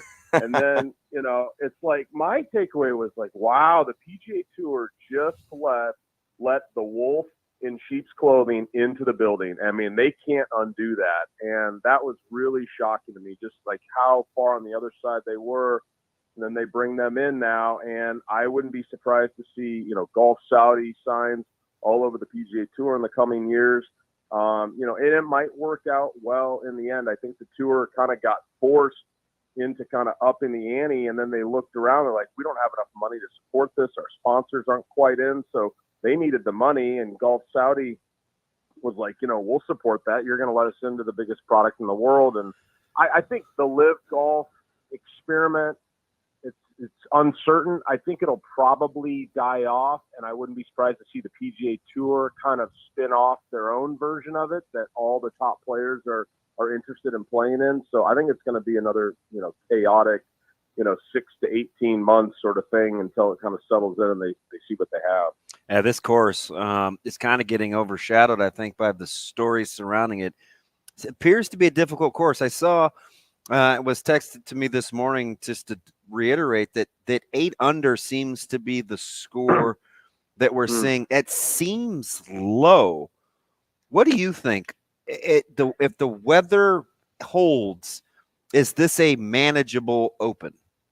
Yeah, it's interesting. I've never been out there. There's a group of caddies who gets to play it every year when we're at Riviera, and I've never gone out there. I kind of regret it now, but it's kind of this place that not many people have seen before. So it's going to be awesome to see on TV this week. I think it's going to be a tough week on the cameramen. There's going to be balls bouncing all over the place. It looks like a really fun golf course. I mean, I wrote down a few adjectives to think about it, like extreme, quirky, fun, strategic, bouncy, unfair. You're going to have to hit your long irons. There's a hole that's going to be 80 yards. There's going to be a par 3 that's 290 yards. So, it's going to be a really fun thing to watch on TV. I think there is birdie opportunities out there, and then there's just a lot of double bogeys lurking. So I think in the end, that single digit under par is usually a pretty good score. Anytime you get things firm, that's when these guys really get challenged. It sounds like that's what they have right now. So would I be surprised to see even par win? No. Would I be surprised to see someone make it to 10 under? No. So it's going to be somewhere in that range, in my opinion. It's interesting. You have 574 yards combined in 2 par 3s, right? Those are long. But how about the fairways? A couple of those, it looks like hitting it down a hallway. Which in your opinion will be more daunting for the field this week? Yeah, I think the off the tee is going to be interesting because the fairways are very wide, but they don't play wide, because you've got such an extreme piece of property, especially on the front side, where it's, a 60-yard wide fairway, but you only have 20 yards to hit it in on the left-hand side. And if you miss that window at all, it's going to roll down into the rough on the right. So, in that sense, you're going to have to really shape your shots off the tee. Guys are going to be laying back with 3 woods and 5 woods a lot more than just hitting driver just because of how firm it is. So it'll be really interesting. I think that component is going to play a huge part in it. I think the par 3s is going to be a big factor. I think early on in the week, they typically don't tip those out just for pace of play reasons. But I would say Saturday and Sunday, you're going to see each of those holes one time at least, playing in that 250 to 280 range. And that's going to be all you want. John, the Can It Be Done question coming your way. Phil Mickelson is still a U.S. Open win away from a Grand Slam. This will be attempt number 9 for him. But what I think is even crazier is the number of second-place finishes he has here. A whopping 6 times he's come in second place.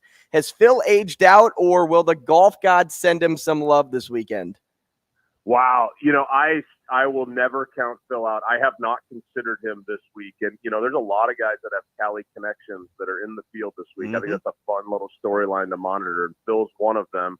I think he's got the game inside of, 150 yards to hang. It's just going to be with him always as the tee-ball goes. And, I think as wide as the fairways are, you'd say, oh, that's perfect for Phil. But then you start thinking about the actual precision that you're going to need off the tee. And I think he's going to find himself struggling. He's gonna have a scorecard that's very colorful, lots of birdies and lots of bogeys and some of those others. So, I mean, I think Phil could still win a U.S. Open. It just doesn't quite feel like the setup for him this week, though. Although I don't have a ton to go on with that, so wouldn't shock me.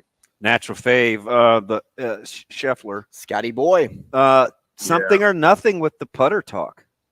I think there's something there. I mean, his tee to green game's been better than Tiger, which is unbelievable, and you just can't buy a putt, and here he is switching at the last hour. So, I mean, with his odds this week, that's not a fun bet to make. I'd rather go into the teens and the 20s and 30s to make my outright pick. So, I think Scotty, not putting great is a factor. I think that certainly sets up for him to still have a great week because of how good he's playing right now, how much confidence he has everywhere else but the greens. Top 5, top 10, absolutely. To actually put it all together, maybe he's going to have a pressure putt to make on Sunday. It's a tougher ask. John, only once since 1910 has there been at least a 3-year drought without an American champion in the U.S. Open. Seeing as Rahm and Fitzpatrick are your most recent winners, are you backing history and betting an American this week, or is there an internationally born golfer you like more? Interesting. Well, there's 2 Americans that I like this week. One that's near the top of the board and one that's a little bit further down that might shock you a little bit. But, I'm pretty high on Xander Schauffele this week. I'm an underdog guy always, and so people be like, oh, yeah, Xander Schauffele, 5 out of 6 top 10s in the U.S. Open. He's probably going to have another top 10 this week. Is he got the nuts to get it all the way done? I don't know. He's going off at 20-1. I like Xander. My long shot American that is playing sneaky good, and if the stars could align, and he's at 50-1 right now, and you're going to say, this guy's not playing good. Go look at his stats. Go look at his results. Ricky Fowler has 10 top 20s in this calendar year. 10 top 20s. Whoa! He's throwing the ball up. He's striking it great. Butch Harmon's in his corner, said he's going to win this year, and here's another Cali connection.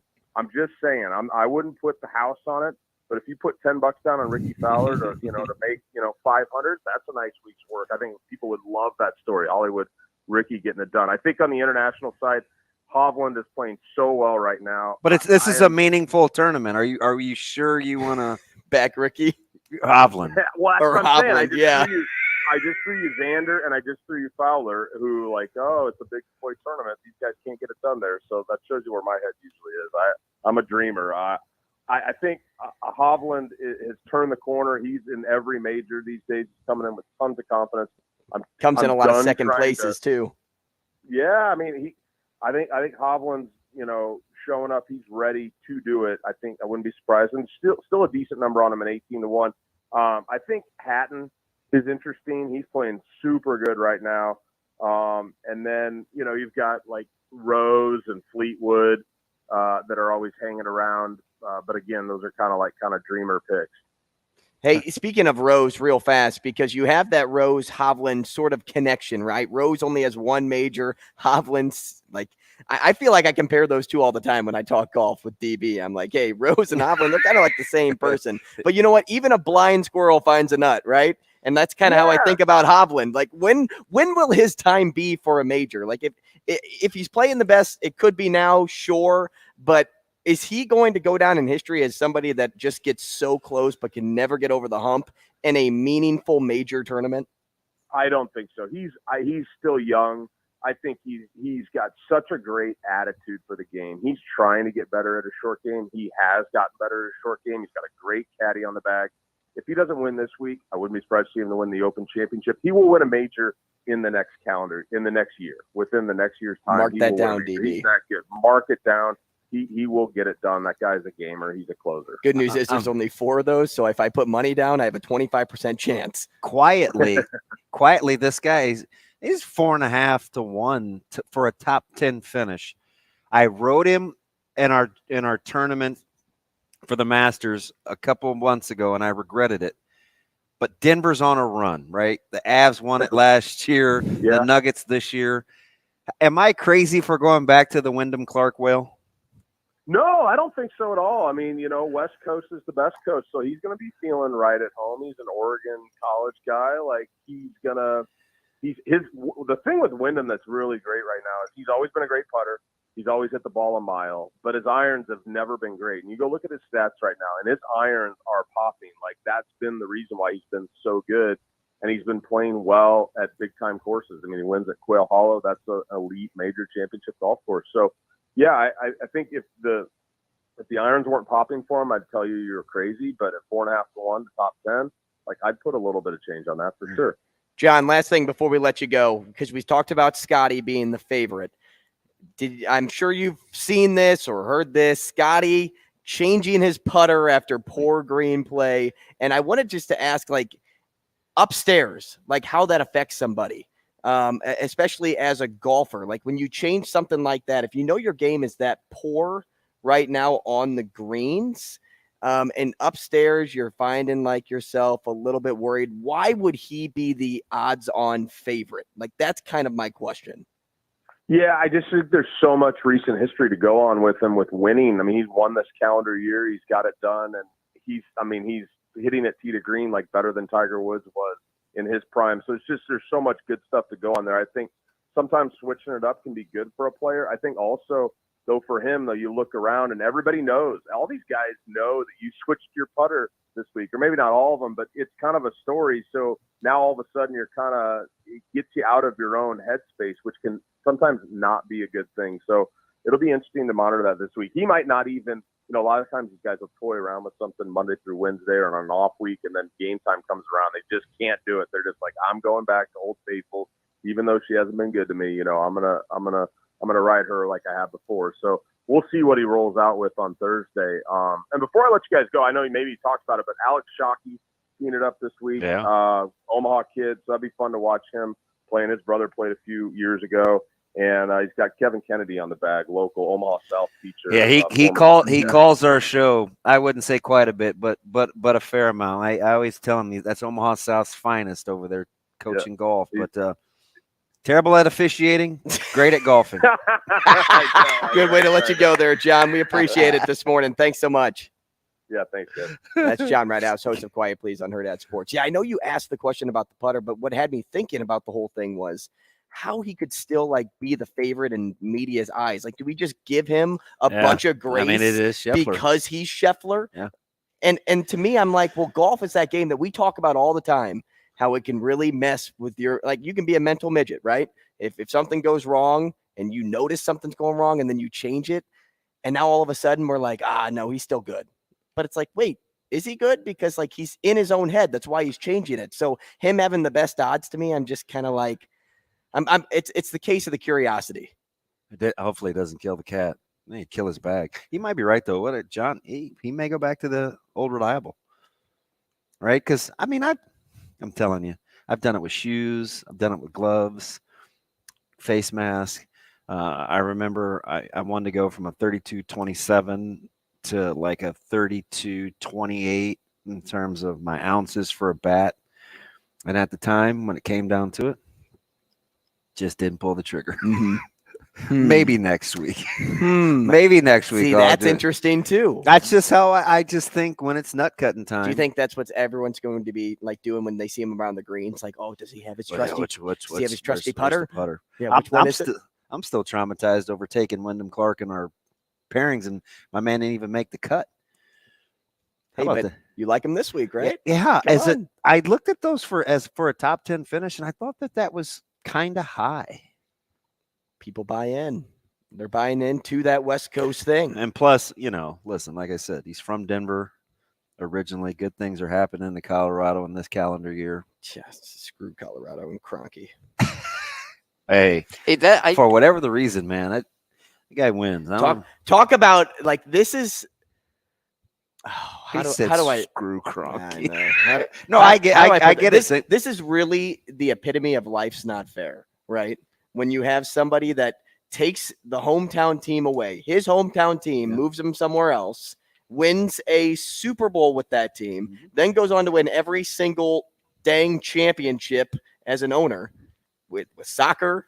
Didn't he win doesn't he have a lacrosse team? Yeah. Yep. With lacrosse, with basketball, with hockey. I'm like, man, Life's not fair. Highly successful. I don't know By what the kind of way, guy he is. But. we had the question, I don't know, like a month ago about what's the best, and it's probably in one of the games Andrew plays, but what's the best sports town in America? Does Denver roll up there to the top right now? I mean, well, I don't know. The Broncos are on they're definitely the highest. The Broncos suck right now. Well, yeah. The Rockies are terrible. Avs are good, and the Nuggets are good. I don't know. Mm-hmm. Shane, that was an elevation joke. Come on. Oh, it went over my head. Well, they do get high there. They're on a high right now. I mean, kinda. And well, we know Aaron Gordon is running through the streets after winning a title. Yeah, well, what's worse? What's a better town right now? Here we go. Better question for you. What? What's worse, doing what Aaron Gordon did, like in being Aaron Gordon and going out on the streets and doing what he did, kind of seems off about. But I told you, I don't think he's all there either. Right. Or doing what Baby Gronk's dad's doing right now in the cringeworthy interviews and DMs. It's unbearable. Speaking of parents, like, and being informed, like an informed parent. I mean, if there's any example of doing it the wrong way, it's Baby Gronk's father. It's unbelievable. Baby Gronk, would he have less than 1%? Like if he was really good to go to Nebraska just because of his dad? Yeah. Like less than 1%. The anti, because coach rule like that would be the anti-rule thing. But I'm looking at of the tenure, he doesn't even look that good. No, I mean he's not in fourth grade, not a natural. But I'm not saying I've seen like really good kids that age, and while I'll reserve judgment, you can tell like, oh, this guy's going to be, pretty good athlete, right? I saw a ton. Keyshawn Williams, Connor Milliken, Cole Eaton. I've seen a lot of good young natural pass catchers. He wasn't it. He's not it. He didn't give you Travis Kelce. But do you know what drives me the most? You know what drives me the most crazy about that? His dad tells him what to say right in front of the interviewers. Hey, you're not going to play football or go to school or whatever it was. Yeah. And he's like, what are you going to do in the meantime since you're not going to be on like a team? I'll just work out. No, you can't say that. No, we got to say this. Yeah. We're going to get massages from baddies. Yeah. That's what you should say. You're talking about that to a kid that is I know it. 10 years old. I know it. Are we for real? Are we serious right now? It's about you. It's all about you. That tells me everything I need to know about your personality. You're making everything about you, not him. About Livy Dunn. You. I'm like, what are we doing? Because he's going to prom with her, right? What are we doing? What are we doing? Yeah, she said yes. So, and we asked Kevin kind of in a roundabout way about how much you'd want to know. But I do get the whole with college coaches and keeping you informed. Because I do think when you're doing those little things, not only does it build goodwill and good rapport with the families, knowing that they have somebody that, people care about and that they're around. If kids and families think that they have it good, they're less apt to want to go someplace else too in crunch time. So it's almost like having sweat equity. So I get it. I just don't know how much I would want to know. That would be the balance. Like how much would I, hey, Kevin's got listen, class is going well. I kind of just how are things? What does that look like? Right. Do you know what I mean? I mean, does Kevin want his mom to know that, hey, we've had some talks about, Crystal lately. I'm not sure how healthy that relationship is, or you know what? My man's been eating a lot of cheeseburgers. What else does he like to eat? Like, what does one thing to talk about the report card?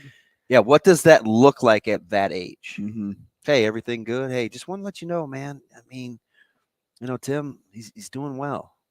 Your, guardians are like, yeah, okay, cool. What's going on today? How are things?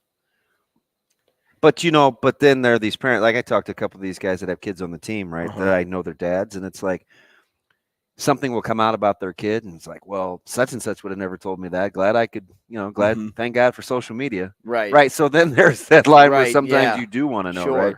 Hey, I made the 10 or whatever, right? Which, by the way, did you see Hill was on? Yeah. I was like, oh, okay. Sneaky. Well, they've invested. Mm-hmm. They've invested in a lot of these and guys. if he's good, they'll be better. Mhm. Like, it serves them well for him to pan out. He just needs a solidified spot. Like, Could go somewhere. I don't think he needs to be moving around. Like, Yeah. find his home, stay in your lane. Don't try to do too much with one kid. And for all the talk we have about the defensive back room and the depth, apparently with guys that they look at and are coming on OVs, maybe they're not as happy with that DB room as we think. Just food for thought. Okay, so the question going into the break, and it was similar to what I asked our good friend Kevin Sjuts, was, do you ever find yourself subconsciously influencing Caleb's decision? And I'm sure. Not that you have to like open up too much about it, but I just kind of wanted to know from like a parental perspective on how you maybe try to like kill some of those thoughts. Yeah, we can get into that. Okay, just curious. Are you? I have the case of curiosities today. Yeah, I want to put my guy on the spot said again. that earlier. I said that with the putter, and now I'm going to say it now, right? Yeah. You love my questions. I do. Very deep. Rogers and Benning will be back in 5 minutes.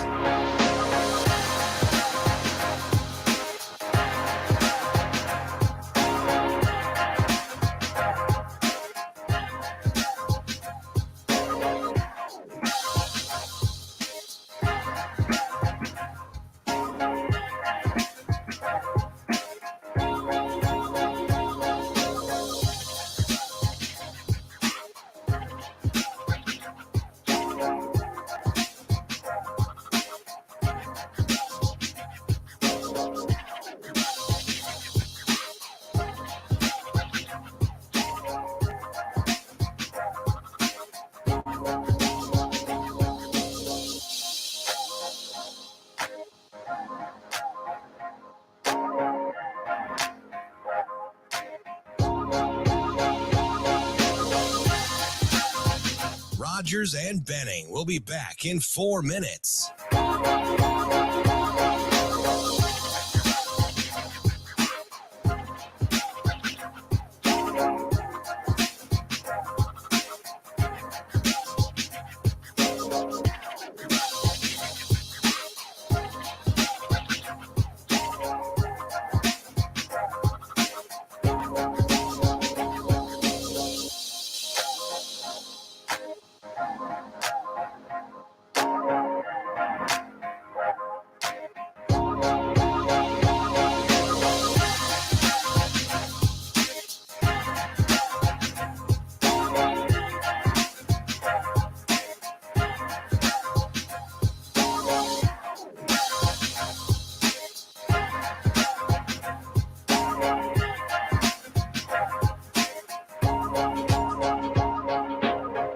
Rogers and Benning will be back in 3 minutes.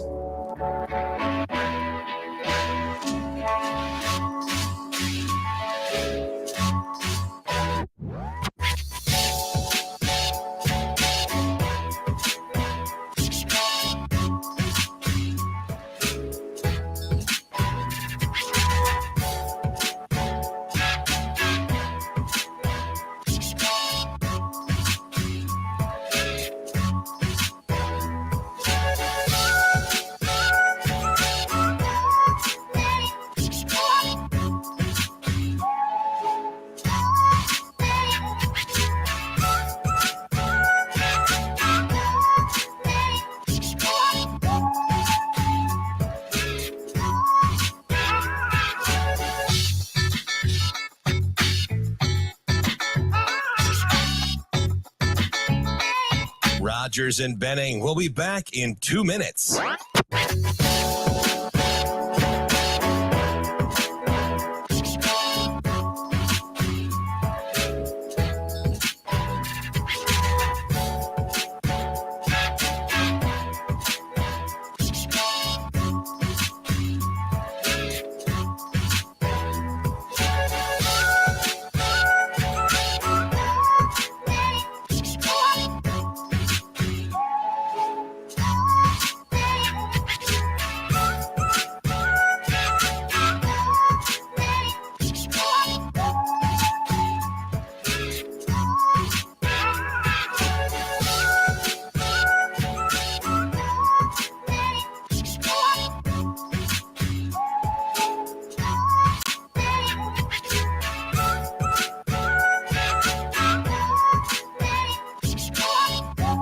and Benning. We'll be back in 1 minute.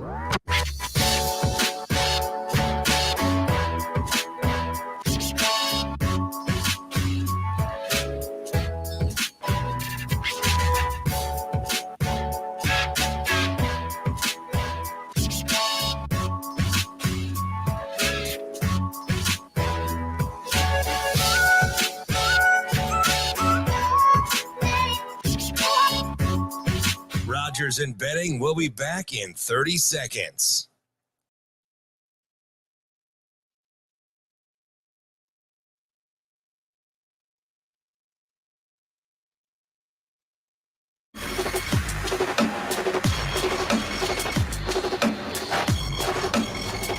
Coffee and Cream with Rogers and Benning on Hail Varsity Radio.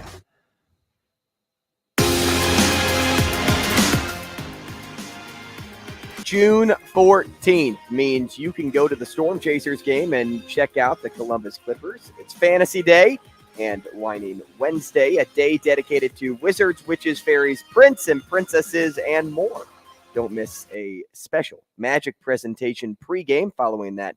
Catch a magic trick by a roaming magician. Are you a big magician guy? You like cards? Like, do you like card tricks? No. Nope. So you will not be at the Storm Chasers game tonight. Oh, that doesn't have anything to do with whether I go or not. No, I'm just not a. Hey, did you know though, if the Storm Chasers win on Wednesday and you are in attendance until the end of the game, you'll receive a free club ticket or next best ticket based on availability, redeemable for the following Tuesday, Wednesday, or Thursday home game. Get you a club ticket.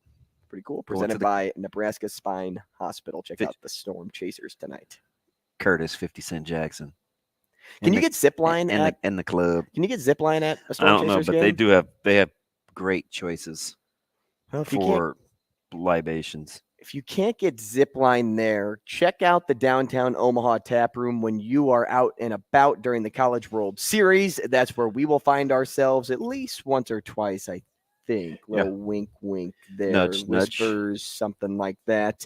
Zipline is the place to spend your time if you're looking to be in the scene of the College World Series, but not actually be inside the stadium, inside the Chuck. So check out Zipline there. And then also DB's favorites, Dyer Law, DYER.law. Phone number, you got it memorized. 393-7529. Dang it, I shouldn't have put you on the spot. Well, I mean, that's what you do. It's not like you look out. Sorry.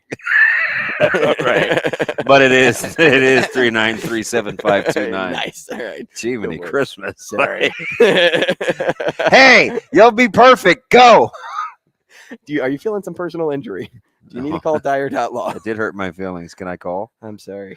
It's all right. I did have the number. I wouldn't have defeated. I'm what, sorry. Hey, right afterwards. Listen, what if I wouldn't have gotten it right, though? I would have been shocked, chagrined, dismayed. No, I would have felt even worse. We probably would have lost a partner. Hey, why'd you put me on the spot? Not to go all Cam Newton. Yeah, tell him, Shane. You put me on the spot. Answered the dinner bell, though. 888-638-4876. I know that number at least by heart. You can call into the show at any point. All right, DB, I asked you the question. You had some time to think about it during the break. You're scribbling down your thoughts. I see that. There's no thoughts. It's hieroglyphics. I see it. These are like mini springs. People say that like Scratch and Doolin do these kinds of weird things. Like they're creative. Mm-hmm. I don't know how creative I am, but I do this all the time. I peel labels off of bottles. It's weird. That is weird. I don't do that. What can I say? I don't really scribble either. The subconscious thing is tough though, and I was listening to Kevin's answer. And that's awful. I mean, good on him, right? From a parenting standpoint, to allow people to kind of come into their own thought process. Because I probably didn't start that when he was 14. I know my parents didn't. So, I mean, even like 17 or 18. I mean, I sure acted out, so that probably led to some of that. But I think for him, when it comes to recruiting, I mean, he said it best in that the piece that he did with and Inside Nebraska with Steve Merrick. You know, he basically said, I'm like the guards on the bumpers on bowling, right? Like I just make sure he doesn't get in the gutter. What an analogy. Yeah, it was like I laughed. I was like, And the scary thing is as I read what he says, we sound a lot alike. So that's kind of weirding me out.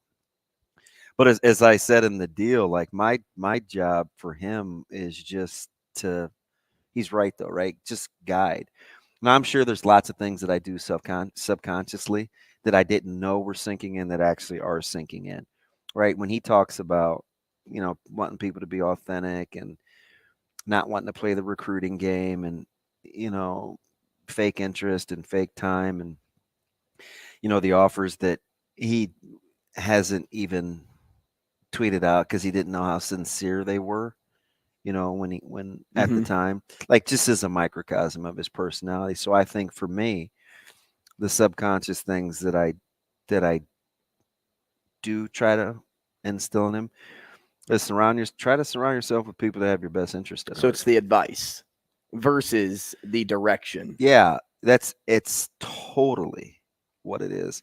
Now there are some things. I mean, there are times you got to save kids from themselves, right? Because they just don't know any better. But he hasn't really been in those situations, where I felt like, not to go Carl Lewis. This isn't the spot for you. Now we've had some back and forths though. I talked to you a couple weeks ago when you opened up this conversation. I said there are times where I want to say, are you sure this is the direction you want to go? Like you realize the ramifications potentially if you play it this way. And sometimes I intimate it, sometimes I say it out loud. Right? Okay, listen now. This is your idea. You say you're not going to do this. You want it to be about this. Have you weighed the consequences if you don't come up 7 or 11, right? If you're gonna roll the dice and gamble, you better hit. And outside of telling him no, we're not doing that, that's as much of the telling him what to do as I'll do. Because at some point, I want him to see it come to fruition one way or another, especially if it's not going to hurt him physically. Then I'm probably more apt to let it play out. Right? Hey, this school has asked you 3 times to come down. Do you want to go down? Well, why are they telling you and not telling me?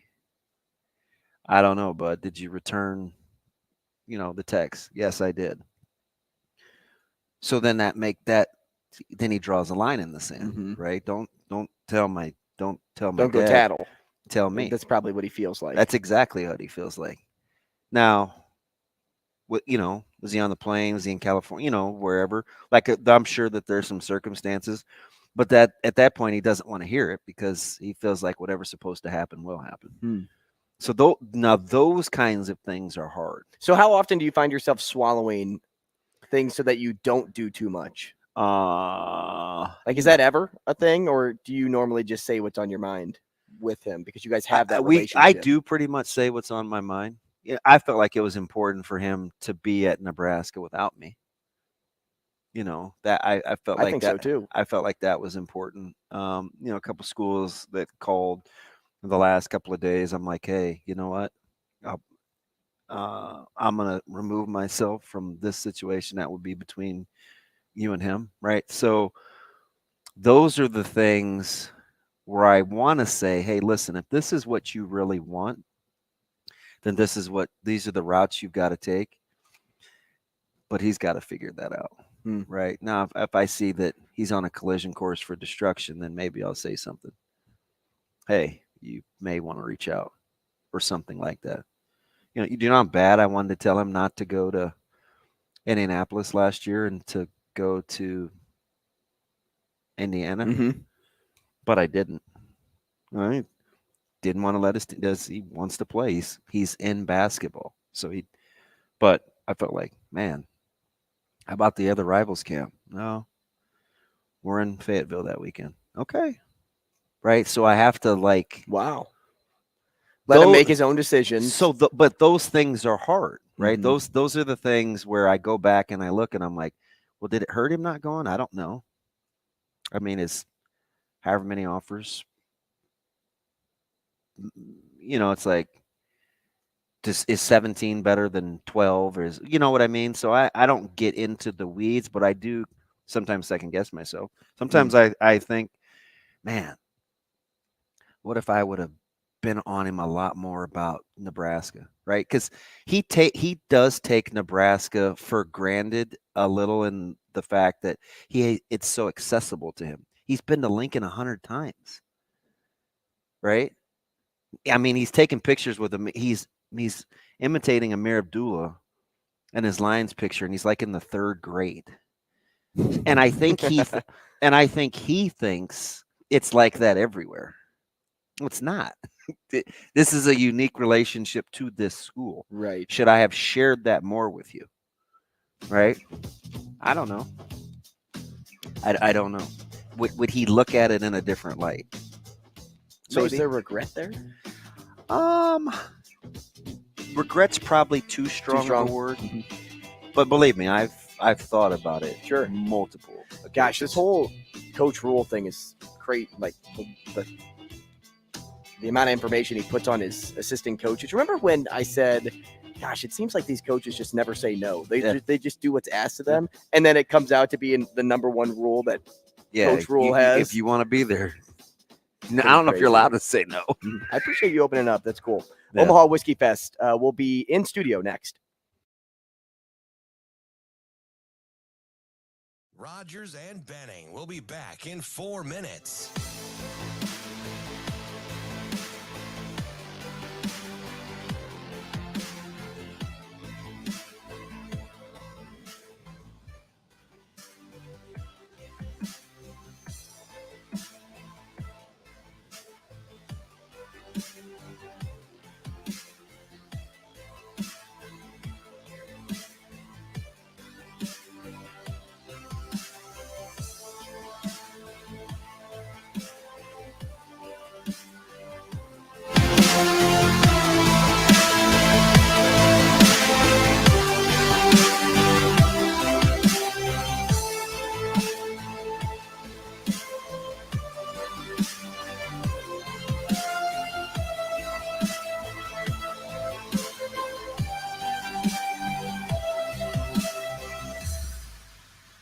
Rogers and Benning will be back in 3 minutes.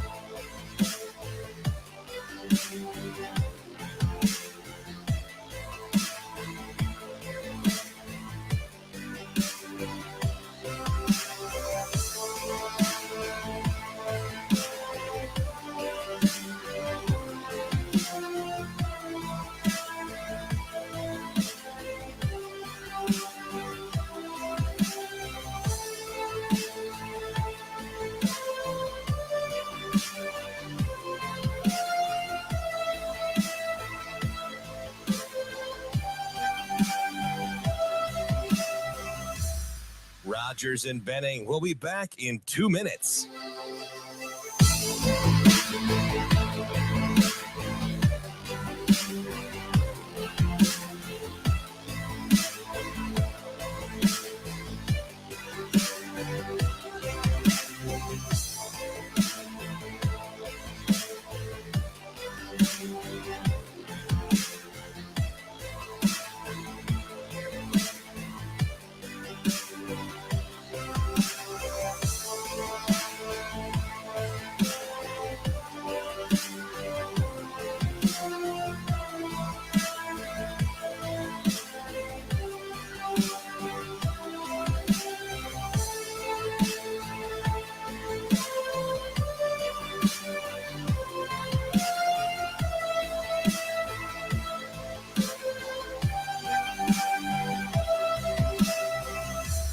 Rogers and Benning will be back in 1 minute.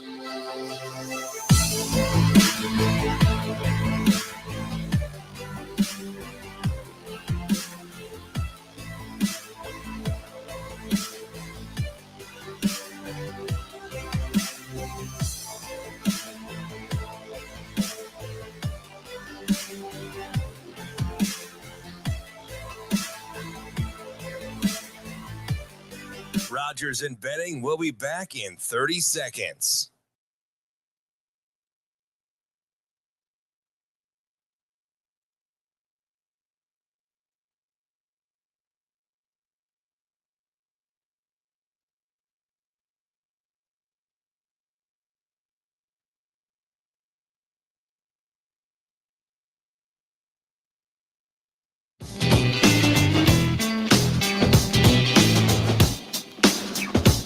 Coffee and Cream with Rogers and Benning on Hail Varsity Radio.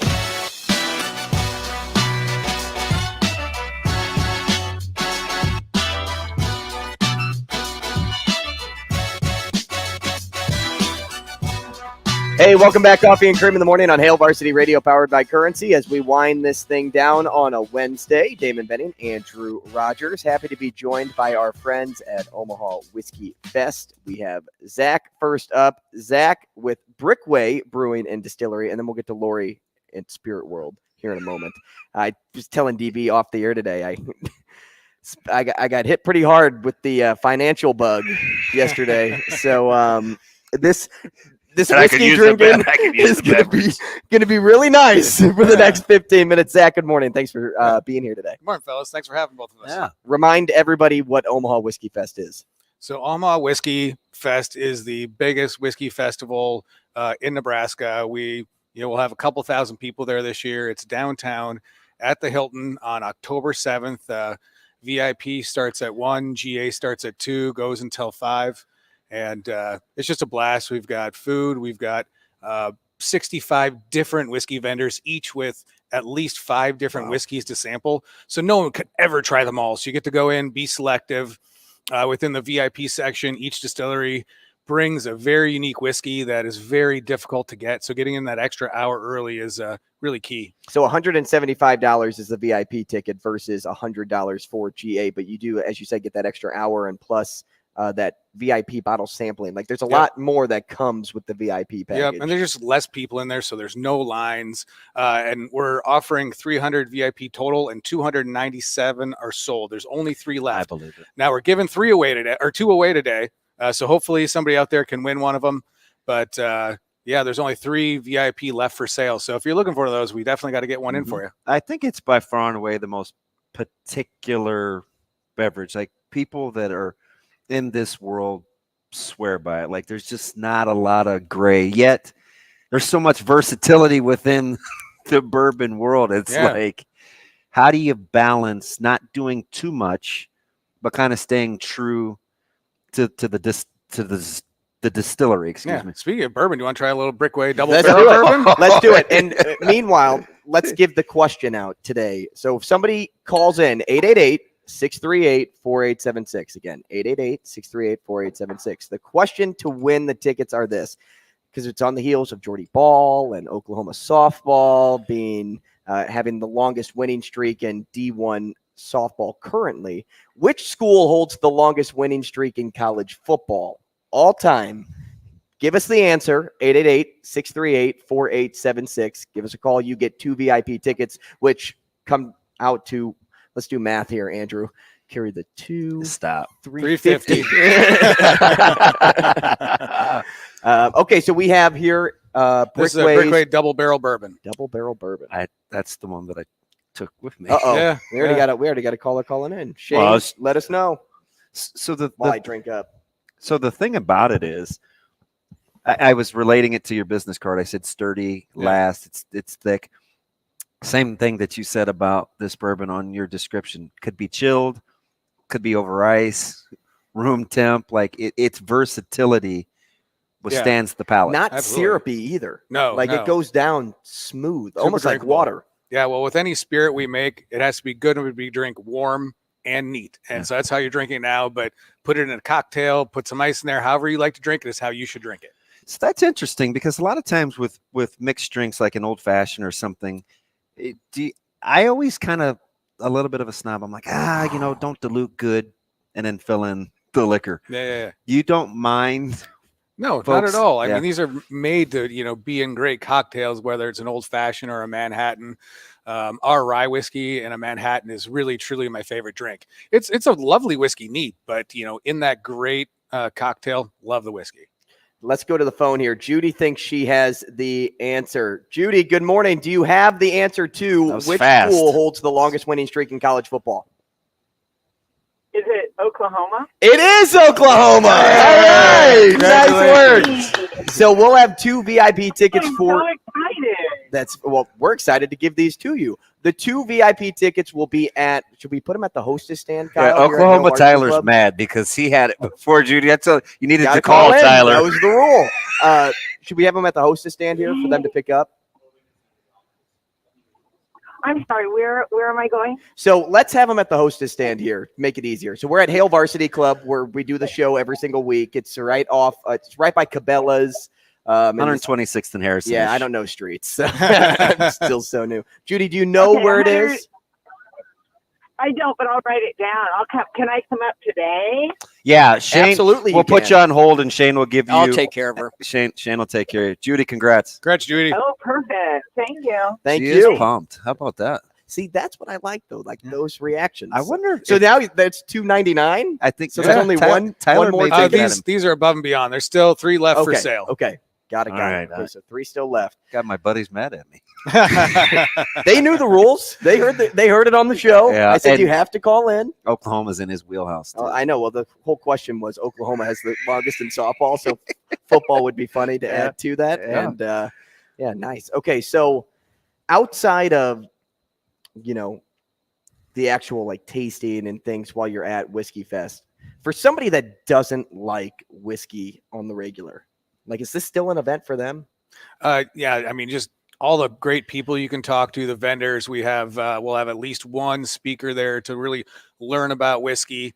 We have DD tickets available if you want to come and support other people. You still get a meal with that. That is really cool. Yeah, the DD tickets are only $25, so you get lunch with that, and you can hang out with everybody and really enjoy the time. So you're kind of confident because you know your product. People, you sound like one of those guys that says, people that say they don't like it haven't had the right. Oh, that's so true. Yeah, I have so much fun. Because that is how the folks that like whiskey, that's what they'll always tell you. Just have Omaha Whiskey Fest is all about whiskey education. I hear a lot of people say, I don't like whiskey, but I love bourbon. Yeah. Well, sir, I'm sorry, but bourbon is whiskey. So let's sit down and have some tasting and learn about whiskey. That's what Whiskey Fest is all about, is that educational piece. And with whiskeys from literally all over the world, you have that opportunity to try the diversity from a variety of Scotch whiskeys to American whiskeys from all over the country, Japanese whiskeys, Canadian whiskeys. Our leading sponsor is Crown Royal, so there's going to be a lot of Canadian whiskey in. Have you noticed that a lot of less right wheelhouse? Have you noticed that a lot of other, like beers and other people have tapped into the bourbon whiskey tasting world? Like the barrel aged IPAs and the beers. It's like it is so popular in the country. It's growing like crazy. Now you have whiskeys aging in used beer barrels. So, I mean, we're at Brickway, we're taking beer and putting it in whiskey barrels, then taking the beer out and putting whiskey back in there. Like, we're going back and forth. We got to use these barrels. Barrels are hard to get. There's going to be a 1 million barrel shortage this year. Oak barrels are so hard to get. So we're having some fun being creative. Zach, yeah. Can we switch? Can we tap? I'm when I get to get Lori on too. When I get to learning, I know. Just remember the whole tree analogy last time they were on with people that separate the difference between whiskey and bourbon. It's like there's this one great big tree, and then everything is. That's sorry. My cousin Kyle, he was on me about bringing him back some whiskey from Omaha, and I'm like, yeah, I can do that, but then I forgot. You didn't want to be on the hook. And so I'm like, oh my gosh, we're talking to our whiskey people today. Let me know which ones you want me to bring back. And one on this list is he put anything Elijah Craig. And she comes up here with Elijah Craig. Oh my goodness. It's almost like I know what people want to drink. You know what? We're going to have a conversation. Us three after the show. We'll go out there though, because DB's got to do his thing in here. Okay, so go ahead. Yeah, back to learning. Yeah. You walk in a store and Browns versus clears, it's so dominant that it's Browns. Even when you go to sports bars or liquor stores, what makes it so popular for the palate where your inventory consists of a lot of this? So I think that especially in the Midwest, but I think Americans, the reason that bourbon is so popular, it's sweeter.